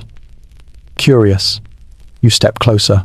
Inside, through a narrow crack, you see a small lamp burning on a table. A figure sits beside it, head bent, quill in hand. A scribe, even at this hour. The soft scratch of his quill drifts through the doorway, steady and rhythmic. The warm lamplight, makes his silhouette glow like a living statue. You linger quietly, not wanting to disturb him. Scribes often worked late, sometimes copying text by lamplight long after the town slept. And here comes your obscure tidbit. To prevent accidental fires, many scribes kept bowls of water or wet cloths directly beside their lamps, so falling sparks or splattering oil wouldn't scorch precious manuscripts. You can just barely see a damp cloth hanging beside his hand, glistening faintly in the lamplight. The scribe pauses his writing and rubs his eyes. You take that as your cue to move on, stepping backward into the vast quiet of the square. Your candlelight glides across the cobblestones, illuminating their worn, uneven texture. So many feet have passed here. Vendors, farmers, travelers, animals, children, the endlessly irritated watchman. As you cross the center of the marketplace, your candle latches onto something reflective. You kneel beside a small metal trinket lying in the dirt, a token stamped with an image you can't quite decipher. A bird? A shield? A vaguely smug-looking fish? Hard to say. The edges are worn smooth. The token must have slipped from someone's purse or pocket earlier in the day. You hold it up. In your candle's glow, the design becomes slightly clearer. It's a bird perched on a barrel. Perhaps a guild mark. Perhaps a tavern advertisement. Perhaps a medieval inside joke. Historians still debate many symbols like these because documentation was sparse and humor was plentiful. You tuck the token onto a nearby crate, hoping that in daylight someone will recognize it. You head toward a row of market stalls along the southern wall of the square, the ones with tightly tied cloth covers, each printed with faint patterns of fruit or grain. As you lift your candle, you notice tiny scorch marks along one of the awning's wooden edges. Not fresh, but unmistakably from a fire. Likely a candle placed too close last winter, when the storekeeper stayed late counting coins. You run your hand lightly over the mark, feeling its rough, charred edge. The wood dips inward, softened by heat long gone. Fires leave memories everywhere in a medieval town, marks, changes, stories whispered from door to door. The wind brushes your cheek again, colder now. Your candle struggles briefly, and you shield it with your palm. You stay still, letting the flame catch its breath. When it steadies, you rise and look around the square again. The stalls stand silent. The crates wait patiently. The scribe's light continues to glow faintly through his door. But then you spot something new. A faint line of smoke drifting upward from a pile of straw near a livestock pen. You hurry closer, candle held forward like a tiny, urgent messenger. As you approach, relief floods you. It's not fire, just steam from a patch of damp straw warming under a shuttered window where someone's cooking hearth sits on the opposite side. The heat is gentle, controlled, but for a moment, your heart had stepped into a sprint. Such is medieval life. Everything looks like it's about to catch fire, because sometimes it is.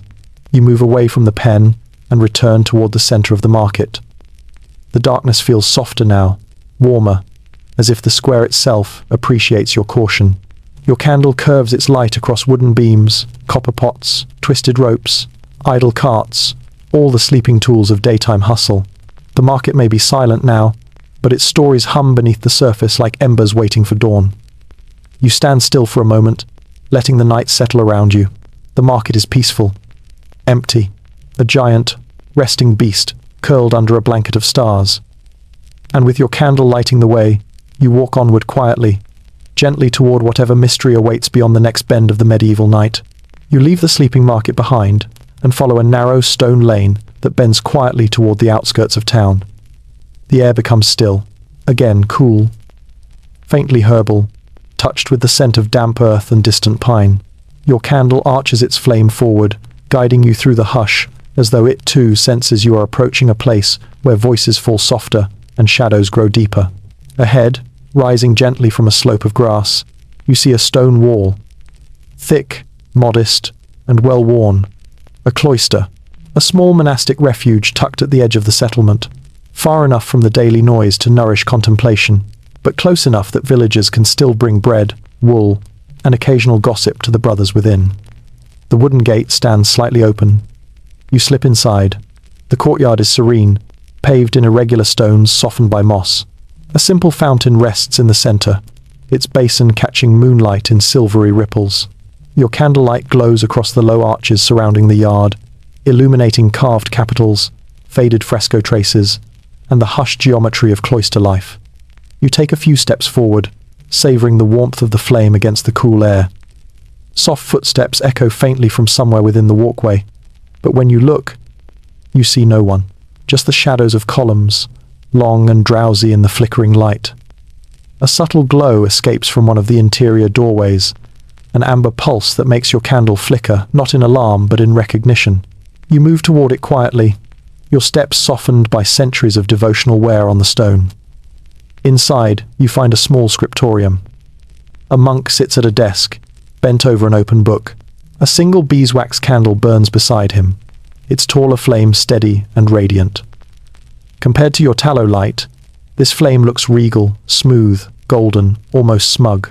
Here's your major historical fact of the section. Monasteries were among the few places in medieval Europe where beeswax candles were used regularly.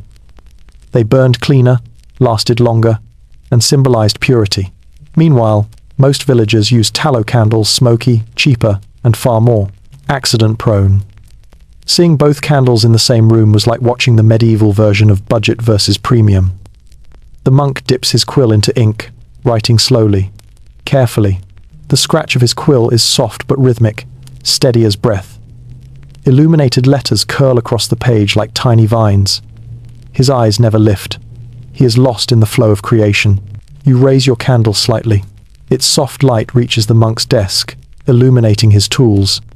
Ink pots, sharpened quills, a pumice stone for smoothing parchment, and a tiny spoon meant for trimming the candle's wick.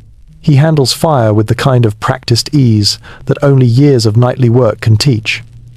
You linger in the doorway, not wanting to disturb him, but something on a nearby shelf catches your attention. A row of tiny clay cups filled with sand. You step closer to examine them, and here's your obscure tidbit. Monks often kept sand-filled cups beside their candles to extinguish flames quickly in case sparks landed on parchment. Instead of smothering the flame with water, which damaged parchment and ink, they snuffed candles by pressing wicks into sand. A practical, elegant solution in a world with dangerously flammable manuscripts. You imagine 1,000 nights where this room looked exactly like this.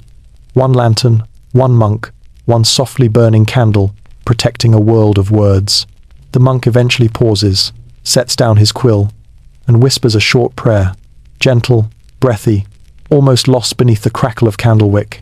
He pinches the wick slightly to shorten it, then resumes his work. Your candle, eager to participate, flickers brighter, as if trying to imitate the composure of the beeswax flame.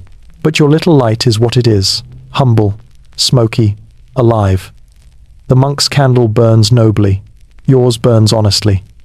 You step back into the courtyard, letting the scriptory's glow fade behind you. The night feels deeper now, the silence amplified by the low whir of wind through the cloisters, arches. The fountain murmurs gently, forming a harmony with your footsteps. You walk along the cloister walkway, your candlelight sliding across cold stone and casting rippling shadows between the columns. Each arch frames a slice of night, a square of moonlight, a patch of ivy, a flicker of butterfly wings from a nocturnal moth brushing past your flame. Near the far corner, you spot a small wooden alcove with a single shelf built into the wall. Resting atop it is a bell made of pewter, simple, unornamented, made for function rather than ceremony. It's cracked, just barely, but enough that your candlelight glints off the hairline split. You touch it lightly. The metal feels cool at first, then slowly warms beneath your fingers. A faint scent clings to the alcove smoke and something else. Beeswax, perhaps. Historians still debate why certain cloisters place bells in alcoves near walkways.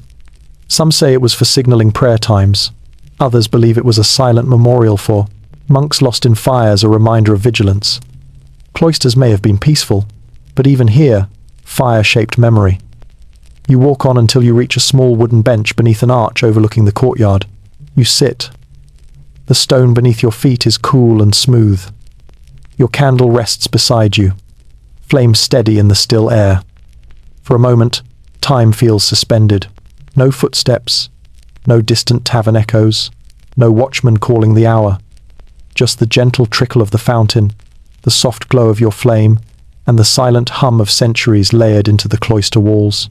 You feel the weight of calm settle into your bones. A quietness so deep it almost feels sentient.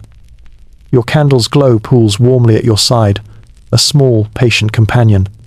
Eventually, you rise. The night is waiting.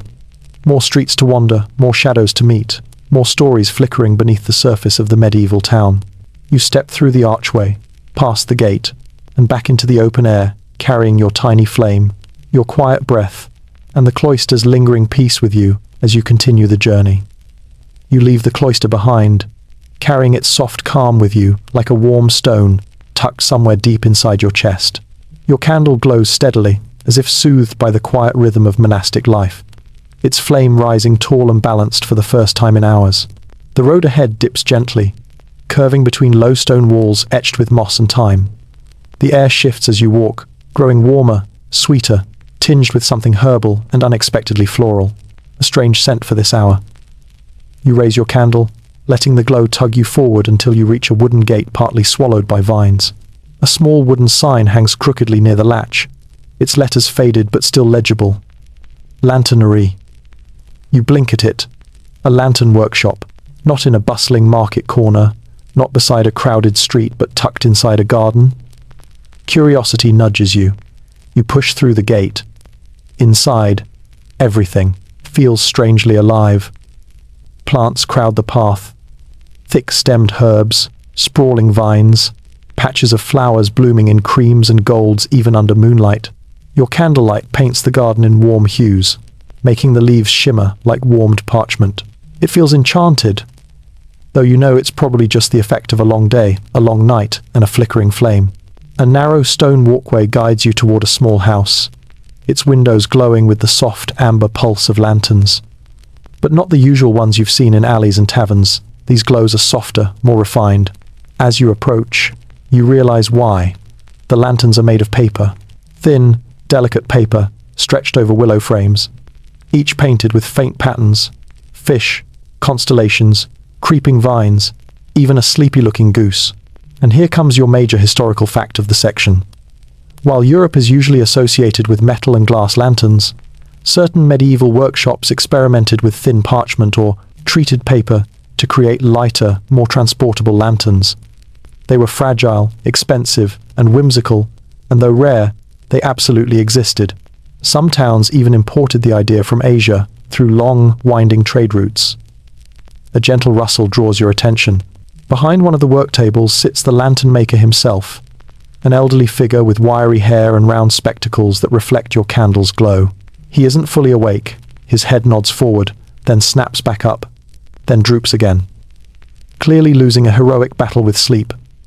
You approach quietly. The workshop around him is extraordinary. Wooden frames hang from the rafters like drying fruit. Sheets of parchment lie weighted beneath smooth stones. Paint pots clutter the table, ochre, charcoal, soot black, faded blue. Your candlelight touches a half-finished lantern resting closest to him. It depicts a crescent moon cradling a small flame, the two shapes curling together like old friends. The lantern maker suddenly stirs. His eyes flutter open. You freeze, though he seems unfazed by the presence of a stranger holding a candle at midnight in his garden. He squints at you, then at your candle, then at the half-finished lantern beside him. With a weary smile, he reaches out and taps the wooden frame gently. "Draft ruined this one," he murmurs, voice gravel soft. "Paper buckles if the air is stubborn." You nod, though you're not entirely sure what response he expects. He gestures to your candle. "Hold it steady." You do, and for a brief moment, you are assisting in medieval artisanry, your little flame acting as a guide, a collaborator. The lantern maker tilts his head, inspecting how the light filters through the parchment. Satisfied, he closes his eyes again, whispering something about fixing it in the morning. He nods off, and you step away, careful not to disturb the tools around him. A soft breeze moves through the workshop, making the hanging lanterns sway gently.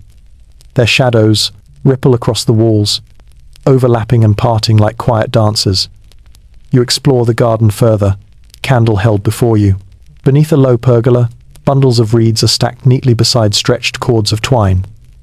A small wooden bucket rests nearby, filled with water that reflects your flame in quivering gold. You lean closer, and spot something curious. Tiny globs of hardened resin floating on the water's surface. Your obscure tidbit emerges. Lantern makers often sealed joints and seams with warm resin. When they cleaned tools, they dropped resin scraps into water to cool and harden. Those hardened pieces were sometimes reused or tossed back into the garden as makeshift mulch. Practical, resourceful, and slightly sticky. You continue past the pergola until the path opens into a small clearing.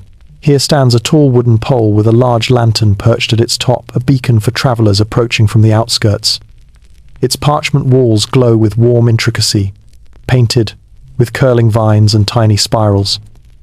You raise your candle and notice how the lantern breathes with the wind pulsing, dimming, brightening again. Historians still debate how long such delicate lanterns lasted outdoors, considering rain, wind, and general medieval chaos. Most agree they were short-lived, but loved while they lasted like little bursts of beauty stitched briefly into the night. You step closer. Wax drips softly onto the earth.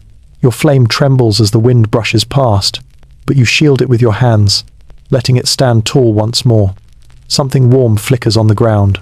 You lower your candle and see dozens of fallen lantern scraps, painted parchment fragments, curled wooden hoops, splinters of willow frames. A lantern graveyard, evidence of evenings long gone, festivals enjoyed, nights once bright. You kneel for a moment, letting your candle wash the fragments in gold. The pieces look like broken constellations scattered across the grass. This place isn't just a workshop. It's where light is born, and where it returns to the earth. You stand slowly, the night feeling softer around you. The lantern maker sleeps in his corner. The garden sways gently. Your candle glows warm and calm, as if absorbing a small lesson about beauty and fragility. You step back toward the gate. The vines brush your arm as you pass through, and the world darkens again beyond the lantern maker's glow. Your candle brightens in response, ready to lead you deeper into the medieval night, toward the next story, waiting quietly in the shadows.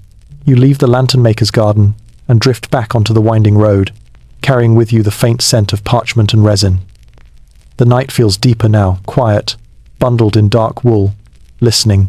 Your candle sways slightly in the cool breeze, its flame glowing with steady confidence, as if it knows it has important work ahead. The path bends toward a cluster of cottages at the far edge of town. These homes are smaller, humbler, their roofs patched with scrap timber and bundles of straw that look like they were applied by someone working under mild protest. But one cottage stands out, soft light seeps from its tiny windows, warming the dark like a fingertip glowing through thin cloth. You approach. The door is cracked open, leaking a thin ribbon of light onto the ground. Inside, you hear soft shuffling, gentle voices, and the muffled clink of pottery. But over everything else, you hear it. The low, rhythmic crackle of a carefully tended hearth. You step quietly to the doorway, a candle raised. Inside, a woman kneels beside the fire. A midwife, you realize from her calm efficiency and the steady, focused way her hands move. She adjusts a clay pot balanced on a low iron trivet. The fire beneath it glows like a ruby, throwing warm flickers across the rough walls. Draped cloth hangs from ceiling beams, creating soft pockets of shadow. On the bed lies a young mother, breathing slowly, hair plastered to her forehead. She is not in pain now. Her child is already here, swaddled in linen and sleeping beside her. The midwife is simply preparing a warm drink, something soothing, something restorative. You stay in the doorway, unnoticed, your candle blending into the glow of the hearth. Here comes your major historical fact of the section. In medieval Europe, childbirth was almost always assisted by midwives, not doctors. These women carried generations of knowledge, herbal remedies, practical experience, and yes, fire management skills. Because a birth room needed heat, boiled water, sterilized cloths, and often additional light, all of which required candles. Lots of candles. Too many candles. Enough candles to make the whole process dangerously flammable. The midwife stands, holding the new mother's cup. She leans close, whispering something soft and reassuring. The younger woman nods weakly, sipping slowly. Your candlelight dances across the room, illuminating small details. Bundles of dried herbs hanging from rafters, a bowl of warm water on the floor, scraps of linen torn into strips, a tiny carved charm shaped like a crescent moon hanging above the bed. Ah, the charm. That brings your obscure tidbit of the night. Midwives often place protective tokens above birthing spaces, everything from carved moons to iron keys to knotted cords. These charms weren't merely decorative, they served as spiritual guardians in a world where childbirth carried risks far beyond modern imagination. The fire cracks sharply as a log, shifts, and the midwife instinctively reaches out to adjust a wayward spark before it escapes. She doesn't pause in her conversation. Years of practice have made the movement part of her reflexes. You drift further into the room, candle raised, though no one reacts. Perhaps they assume you're just another helper. Or perhaps, in this moment of soft exhaustion and joy, no one questions an extra flame. The baby makes a tiny sound, more a sigh than a cry. The mother lifts a trembling hand to touch the linen-wrapped bundle. The midwife steps closer, smiling. The hearth glows behind them, casting the whole scene in warm amber. You pause near a small table, letting your candle illuminate a row of objects. A pestle stained green from crushed herbs, a clay jar sealed with wax, a folded cloth printed with faded geometric patterns, a small bowl of honey, glistening like captured sunlight. Honey. You smile. Medieval midwives used it for everything. Soothing throats, sweetening, medicines, sterilizing wounds. It was their version of a Swiss Army knife, sticky, golden, unreliable only when stolen by bears, a statistically low concern inside the cottage. The midwife wipes her hands on her apron and returns to the hearth. She lifts the iron trivet, checking the coals beneath. Her face glows red, then gold, then shadowed again. The flame licks up the brickwork, trying to climb higher. She taps it gently with a poker, reminding it to behave. You step closer to the baby, who is now shifting slightly in sleep. Your candlelight grazes the child's face, catching on the soft curve of cheek and tiny tuft of hair. A new life, born under firelight. Somewhere outside, the wind picks up.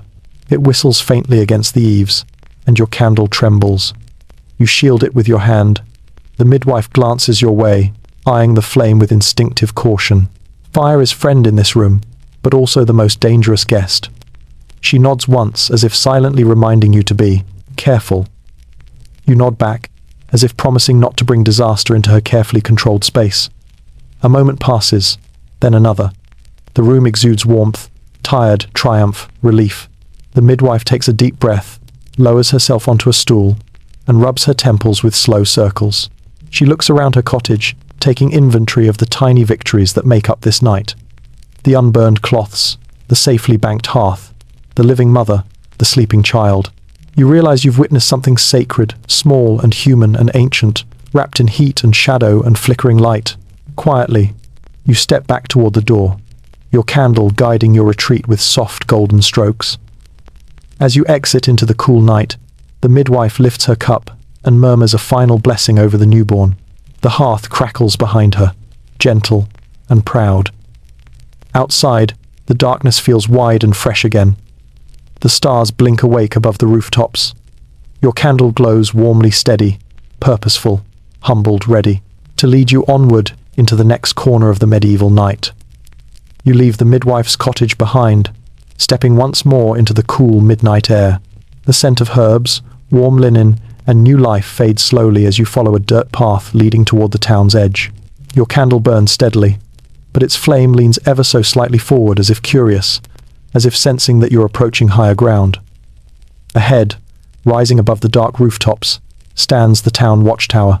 Not a grand stone fortress, just a sturdy wooden structure perched on a hill, tall enough for a watchman to spot trouble long before it reached the town. Its silhouette looks almost skeletal against the night sky, like a finger pointing at the stars. You climb the path leading up the hill, small stones crunching beneath your feet.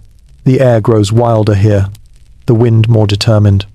Your candle bends sharply, the flame protesting the sudden gusts. You cup your hand around it, your fingers forming a protective cave. Halfway up the hill, you pause. A single lantern hangs from a post outside the tower's base. Its flame flickers violently, struggling but still alive, just like yours. You approach it, letting your candle greet its frazzled cousin. Two small lights fighting the same noisy wind. Here comes your major historical fact of the section. Medieval watchtowers weren't just lookout points, they were fire monitors. Towns relied on watchmen, posted high above, to scan for rising smoke, scattered sparks, or the first glow of a roof catching flame. A single shout from the tower could save hundreds of lives. Because in a world where candles outnumbered reliable chimneys, fire wasn't rare. Fire was destiny. You climb the wooden steps leading to the tower's platform. The boards creak under your weight, old boards, but surprisingly sturdy. Your candle nearly snuffs out halfway up, but you draw it close to your chest and continue. At the top, the world opens. A wide wooden deck stretches, out beneath a simple roof. You can see the town spread below you like a dark, rumpled blanket. Houses clustered together, chimneys slouched like tired sentinels, narrow lanes glinting faintly under the moon. The watchman is here. He sits with his back against one of the beams, cloak pulled up to his ears, a lantern hanging above him like a patient star. He's awake, barely head drooping forward, eyes half open in that determined but futile way of someone refusing to admit they're exhausted. He notices your candle before he notices you. His eyebrows lift. "Bringing your own fire, are you?" he mutters. You smile politely. He nods at the flame. "Keep it low. The wind up here eats candles for supper." And right on cue, a gust sweeps across the platform. Your candle buckles dramatically, almost extinguishing itself out of spite. You crouch instinctively, shielding it with both hands. The wind whistles through the tower beams, as if mocking the effort. The watchman grins. "Told you." You straighten carefully, your flame wobbling but recovering. He gestures toward the edge of the platform. You step forward and look down. The town at night is breathtaking. From up here, your candle feels like the smallest star of them all. You notice something strange, small dark circles dotting several rooftops. You lean closer. The watchman follows your gaze. "Ah, those?" he says. "Soot rings. Old fire pits from last winter. Folks burn pans of charcoal on their roofs sometimes to melt snow." Then he sighs. "Or to set the whole thing alight. Depends on luck." And here comes your obscure tidbit. Rooftop charcoal braziers were sometimes used as primitive heating in winter, especially in cramped towns. But they were dangerous. Sparks could drift into thatch, or embers could roll off. Medieval people believed the elevation helped the smoke disperse safely. Historians still debate whether this practice was ingenious or absolutely deranged. Your candle, flame dances as if offended. The watchman stands, stretching stiff limbs. "Walk the edge with me," he says. You follow as he circles the platform, lantern swinging beside him like a guardian orb.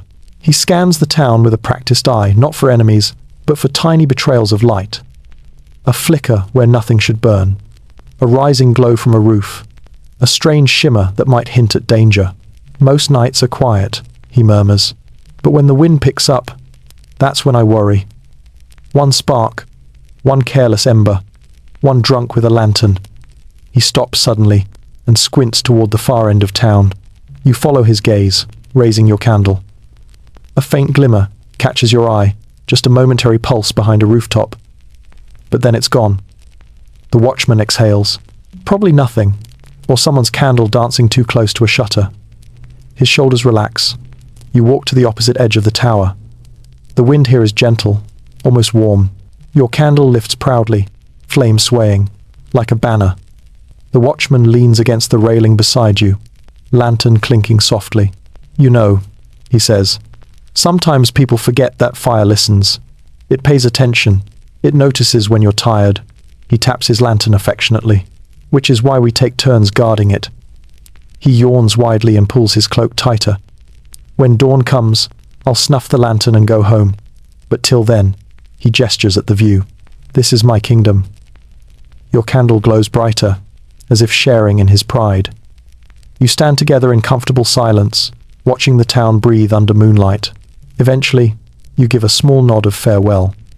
The watchman lifts a hand. "Mind the steps," he warns. "The tower likes to wiggle when you're not paying attention." He's right. The wind gives the platform a subtle sway as you descend, your candle trembling like a nervous child. But you reach the bottom safely, stepping once more onto solid ground. The lantern at the post flickers in greeting.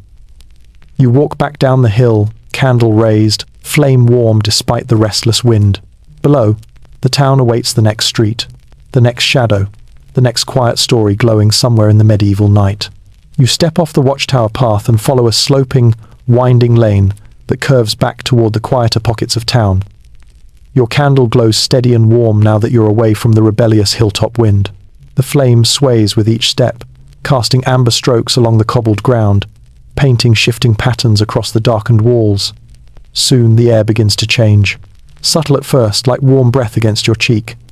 Then stronger, an unmistakable wave of heat. Your candle flickers with surprise, its flame bending forward as though being drawn towards something powerful, bright, and alive. You've reached a workshop. But not just any workshop, a glassblower's. The building stands tall and round, made of thick timber and stacked brick. Its windows glow faintly red from within, diffused by soot, as if the walls themselves are pulsing.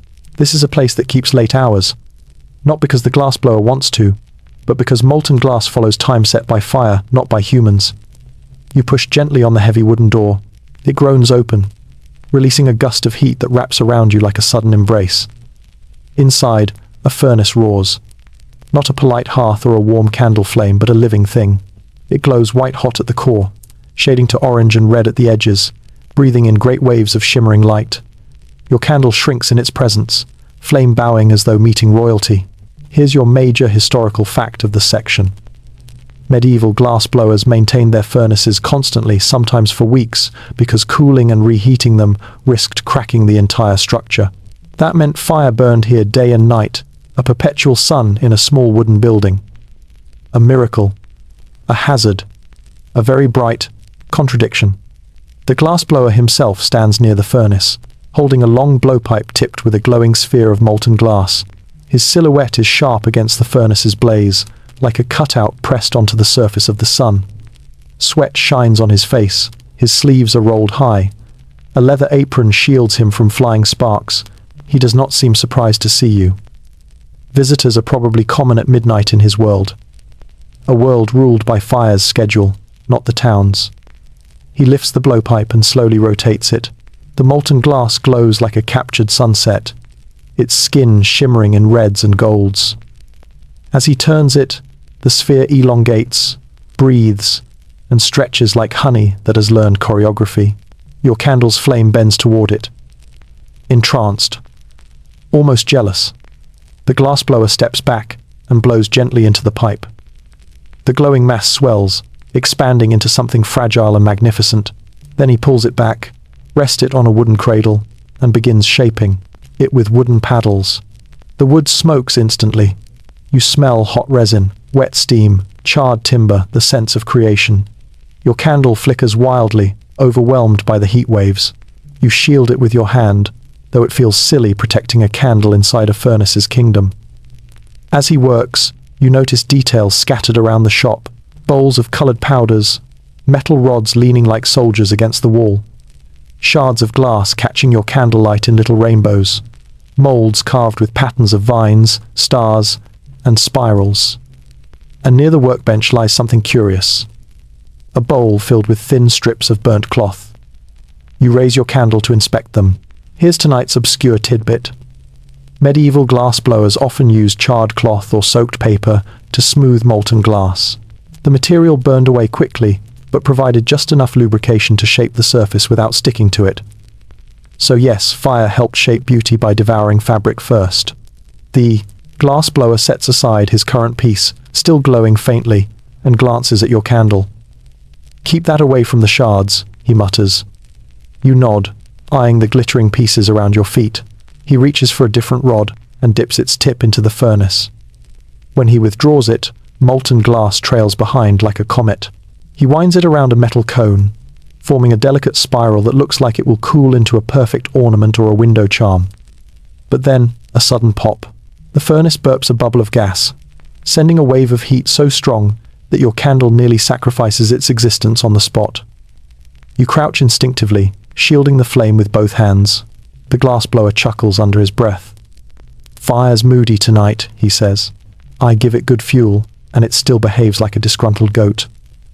He sets the spiral aside and moves toward a long table covered in finished pieces.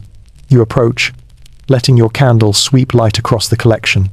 You see small glass beads, glowing faintly blue. A pale green carafe with a lip curled like a wave, a ruby-colored bead that looks like a drop of frozen fire. A lantern pane etched with tiny stars. Each piece reflects your candle differently, some bending the light, some scattering it, some swallowing it whole. One item draws your eye. A set of glass candle shields, delicate cones meant to protect flames from wind. You pick one up. It's thin, almost weightless, and glows amber when you hold your candle beneath it. Historians still debate whether these early glass shields were widely used, or simply luxury items in wealthy homes. They were fragile, expensive, and difficult to transport, but undeniably beautiful. You lift your candle into one of the shields. The flame glows brighter, softer, more refined, almost proud again. The glass blower watches you quietly. "Careful," he says.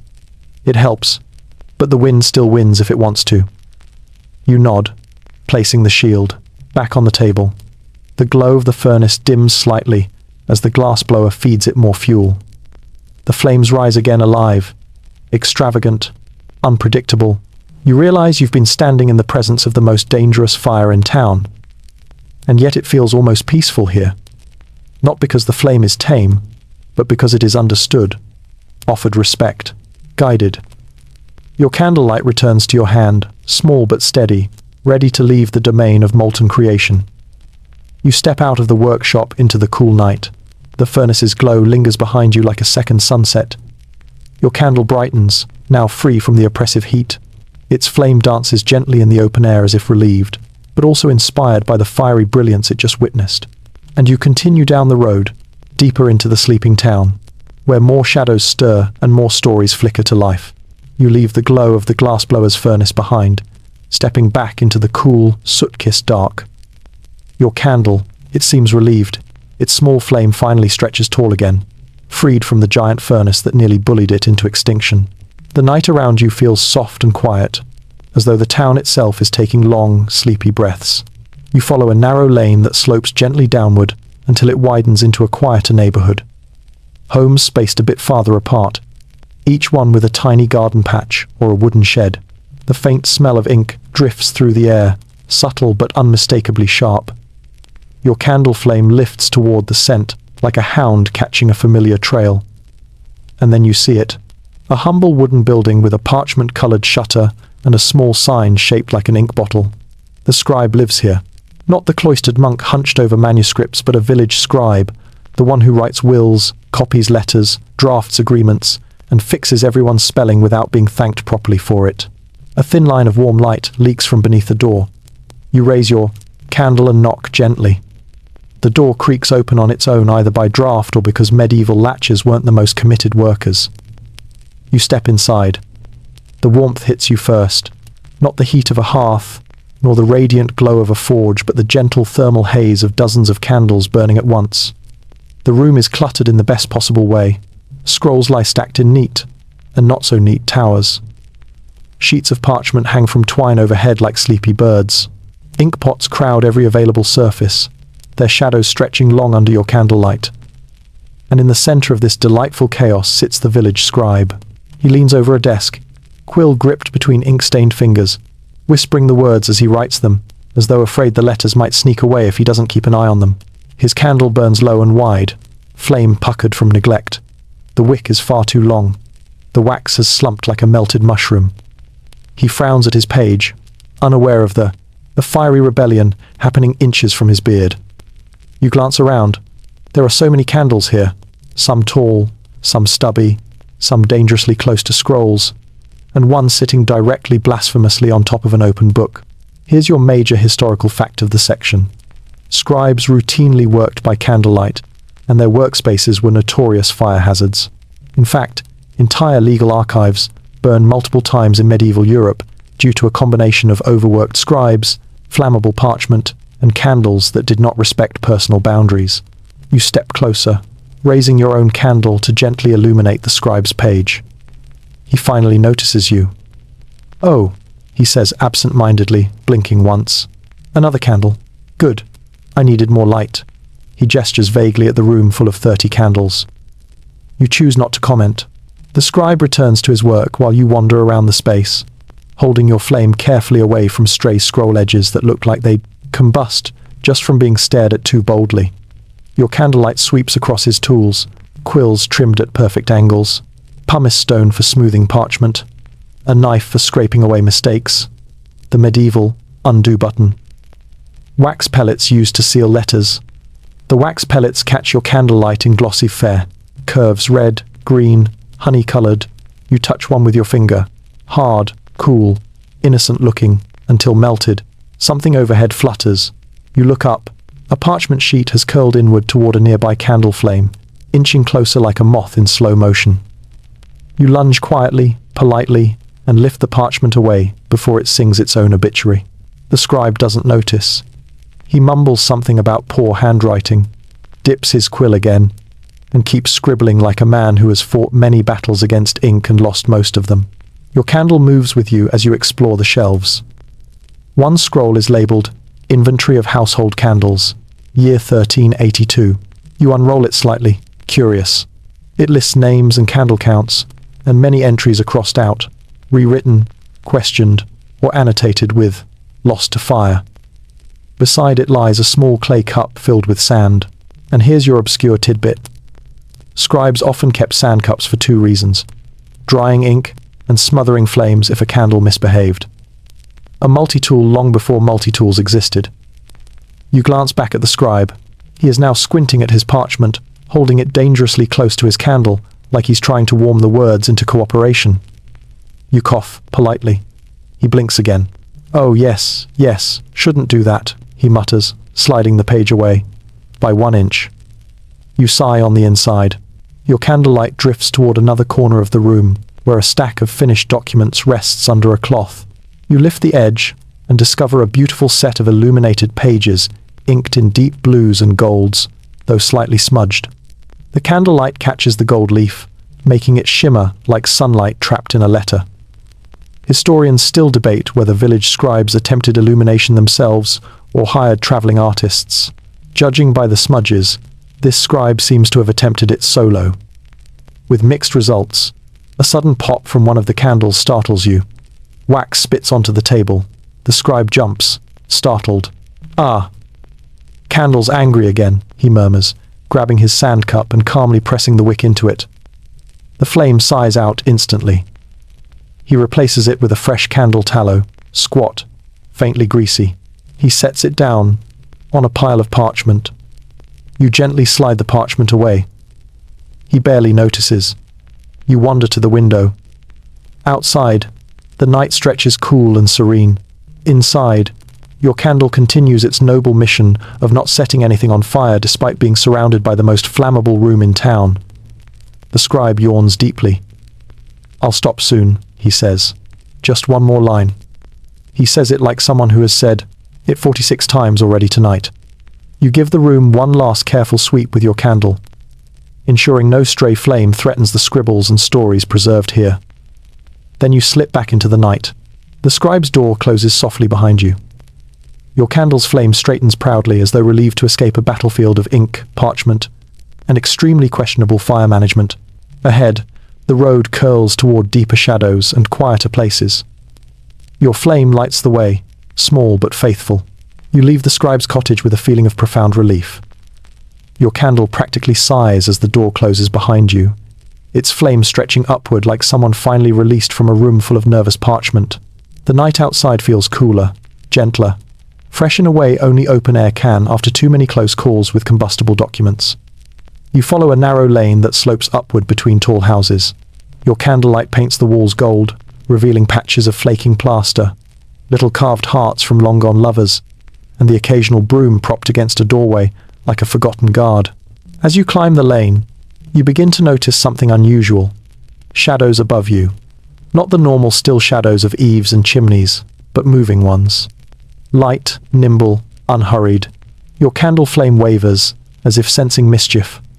You reach a small courtyard at the top of the slope. One house has a long slanted roof that dips low enough to touch with your fingertips.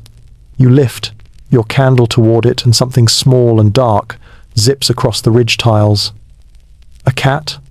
A ferret? A supernatural creature with excellent balance? You hold your candle higher, and then you see it clearly. A boy. Barefoot, nimble, moving along the roof as though gravity is merely a suggestion. He carries a tiny lantern unlit and a pouch tied to his waist. You blink. He squats, reaches into the pouch, and pulls out a candle stub. He pockets it, then scurries toward another rooftop like a shadow with opinions. You stare. Your candle sways in disbelief. Here's your major historical fact of the section. Candle theft was remarkably common in medieval towns. Candles were expensive, desperately needed, and easily pocketed. Children, servants, and even fully grown adults sometimes made a living, or at least a warmer evening, by collecting candle stubs from wealthier homes or workplaces after dark. Some towns even had punishments specifically for candle stealing, proof that it happened far more often than people like to admit. You take a cautious step forward, your candle casting a warm halo around you. The boy freezes, his eyes glint like two polished stones in your light. He doesn't run, doesn't hide, just waits, evaluating you with the quiet logic of someone who has lived many nights above ground level. You lift your candle in a small, non-threatening gesture. He nods once, satisfied, and continues his climb. You follow him at a distance, not enough to frighten him, but enough to let your candlelight outline the strange beauty of the rooftops. He hops from one beam to another, barefooted, sure-footed, always aware of where he places his weight. A true rooftop runner, a moonlit collector. He finally stops near a chimney, crouching low.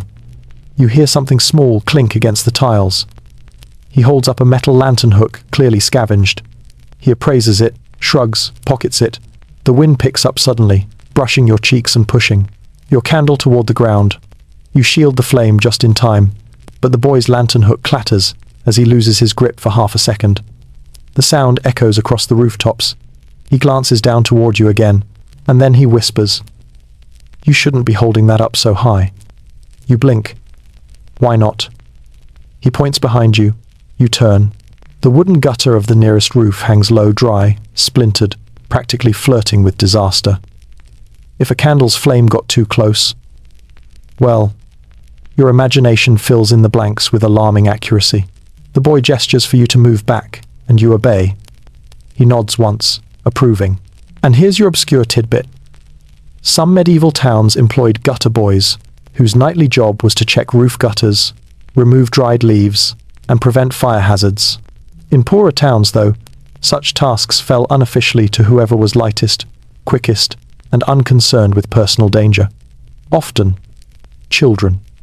The boy shifts his pouch, tightens the strap, and says quietly, "People put their candles out careless. They drop wax. They forget." He taps the pouch. "I remember." Your candle glows warmer, softer. He stands slowly, balancing with impossible ease, then lifts the tiny unlit lantern he carries. "Got this tonight," he murmurs proudly. "Needs fixing, but it'll shine again." You smile. He studies your candle once more. "Hold it low," he repeats. Then he turns and disappears across the rooftops, vanishing into the night with barely a whisper. You stand in the courtyard, feeling the wind shift gently around you. Your candle flame wavers but stays alive. The rooftops above are quiet now. The boy is gone. But his footsteps linger in your memory, soft, careful, nimble, like a small guardian moving through the shadows to collect forgotten flames before they could burn the town down. You continue walking, candle held lower this time, flame sheltered by your hand. Ahead, the street curves toward another cluster of houses, deeper into the medieval night. Your little flame glows warm and steady. A humble light in a world of hidden dangers, nimble thieves, and stories living above the rooftops. You leave the quiet courtyard with your candle cupped low in your hand, remembering the rooftop boy's calm warning. The night feels deeper now, quieter, as if even the wind is pausing to listen. You follow a wide cobblestone road lined with increasingly tall buildings until, at last, the street bends and reveals it. The cathedral. Vast, shadowed, and solemn beneath the moon. Even in darkness, it dominates the town. Towering spires, heavy stone buttresses, carved saints watching from the walls like guardians of a dream. Your candle looks absurdly small beside it, just a spark in the presence of a sleeping giant. Yet the flame swells a little, as if determined to contribute its tiny golden voice to this vast, hushed world. As you walk toward the main doors, you notice a faint, warm glow emanating from behind one of the smaller side entrances. Not bright, not dangerous, just a soft flicker, like someone breathing with a candle in their hands. You follow the glow until you reach a wooden door slightly ajar. Inside, your candle reveals a long, narrow ambulatory lined with stone statues. Their faces are worn smooth by time, yet their silhouettes still stand dignified and tall. Shadows stretch across the pillars as your flame sweeps over them. At the far end of the corridor, you see a figure tending a small wall-mounted lamp. An elderly verger, one of the caretakers of the cathedral, adjusts the wick with a tiny iron tool, coaxing the flame into steadiness. He works slowly, carefully, like someone who knows fire's every mood and grievance. He hears your footsteps and glances over his shoulder. "Late hour to be wandering," he says gently, but he studies your candle and smiles. "At least you carry it wisely." You nod, stepping closer. The verger gestures upward. "Come," he whispers. "I'll show you something most don't see at night." You follow him through a narrow doorway into the cathedral's nave, and suddenly you are standing inside a cavern of shadows and stone. The vaulted ceiling rises impossibly high above you, lost in darkness. Tall columns stretch upward like petrified trees. A faint blue glow spills through one stained glass window, where moonlight finds its way through colored fragments. Your candle barely touches the room, it lights only a tiny gold patch at your feet, but even that small glow feels sacred here. The verger lights another small lamp near the altar, revealing more of the space. Ornamental carvings, embroidered cloth, a suspended candelabrum shaped like a crown.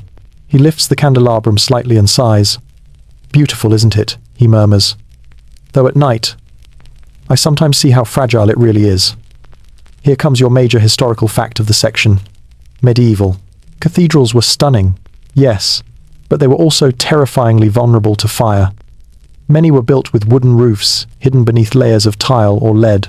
A single, misplaced candle, an overturned lamp, or a spark from incense could bring catastrophe.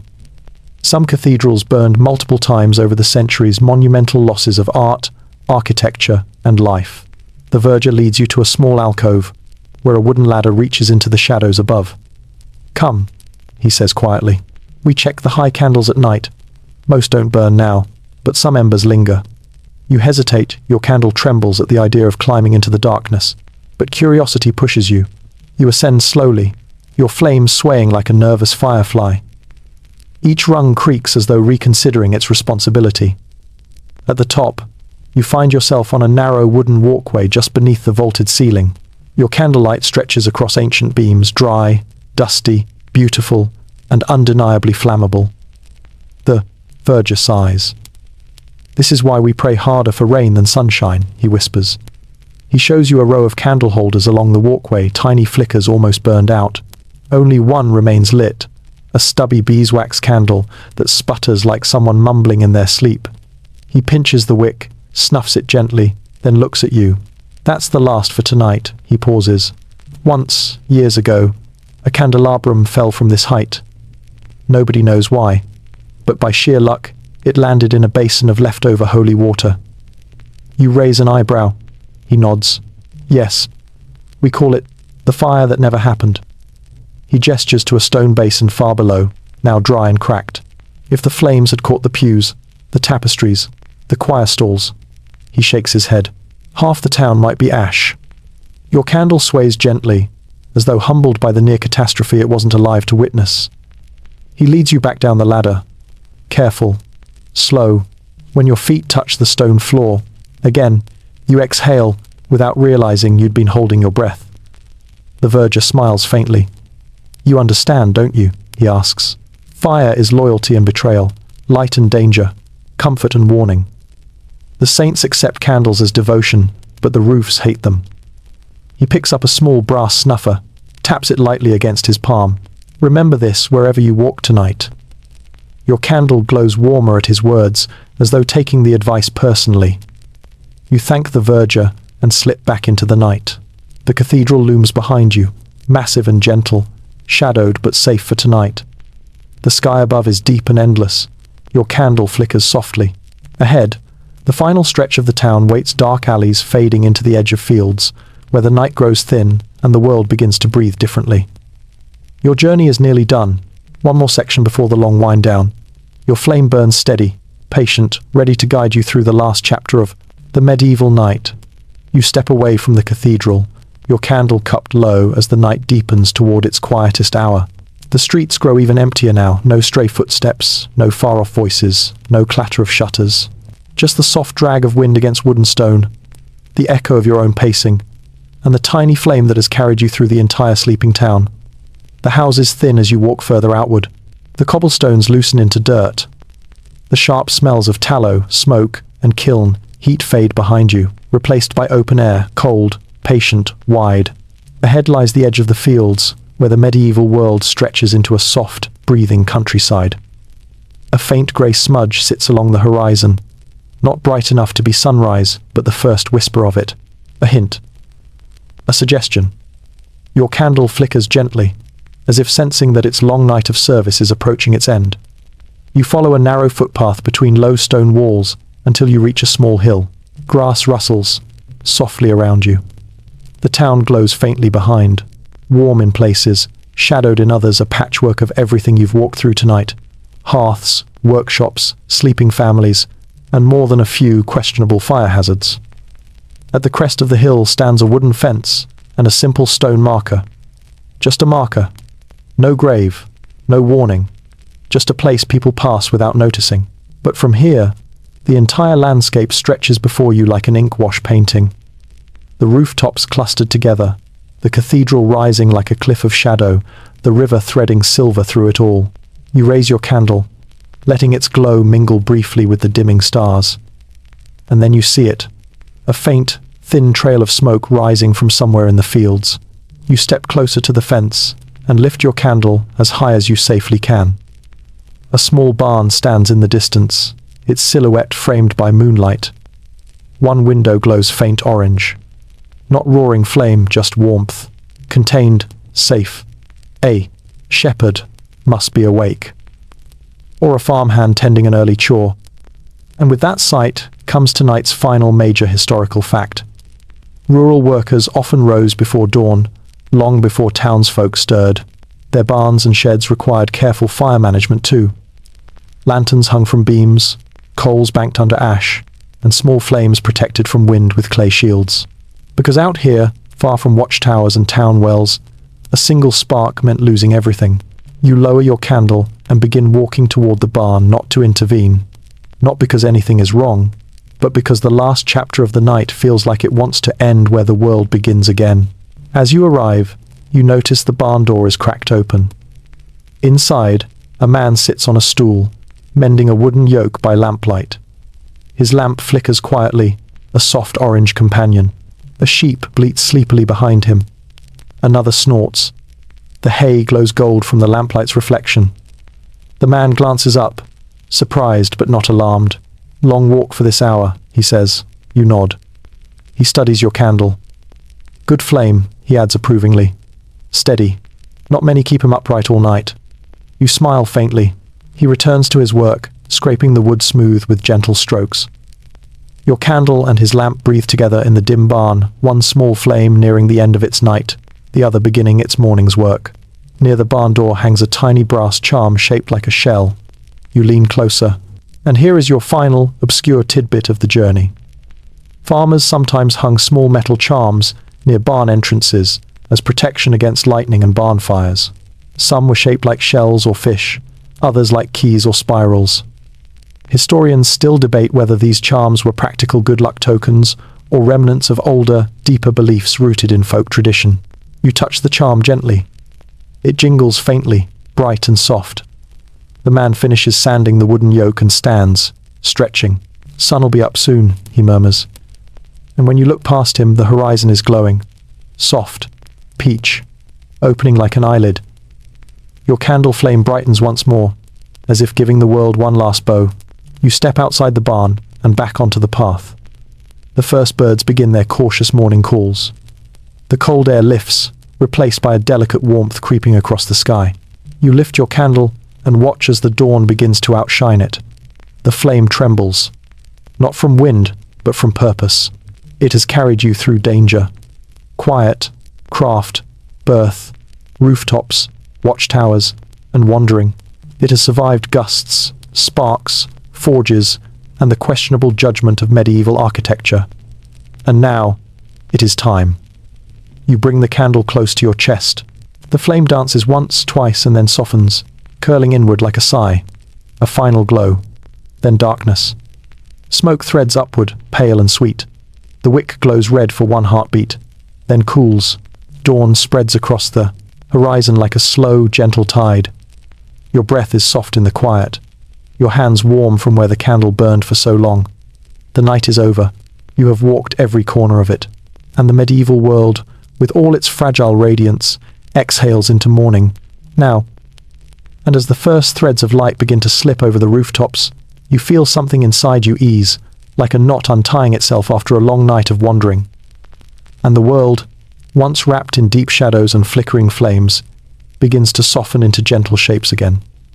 Distant chimneys glowing with the quiet promise of morning fires, warm hearths waking slowly, and the cool breath of dawn brushing over stones that have waited calmly through the night. You take a slow breath, letting the cool morning air fill your chest, lingering there, before you release it in a long, unhurried exhale. The kind that makes your shoulders loosen, your jaw unclench, your steps fall quieter without effort. The town behind you rests in a hush that only comes after darkness has finally given itself permission to let go. Roofs touched with pale gold, windows dim but peaceful. The river beyond carrying small fragments of sunrise across its quiet. There is nothing to hurry toward now. Nothing pulling at you. Nothing demanding your attention. Only the long, calm exhale of a world settling gently into a new day. The warmth of the candle still lingers faintly on your fingertips. A memory of the small, loyal flame that guided you through every street, every rooftop, every whisper of danger. And now that warmth becomes a comfort, a reminder that even the smallest light can be enough to carry you through long hours of darkness. You close your eyes, letting the sounds of morning drift softly around you, letting the weight of your body grow heavy, slow, and warm. And you sink gently into stillness, into quiet, into rest. Good night.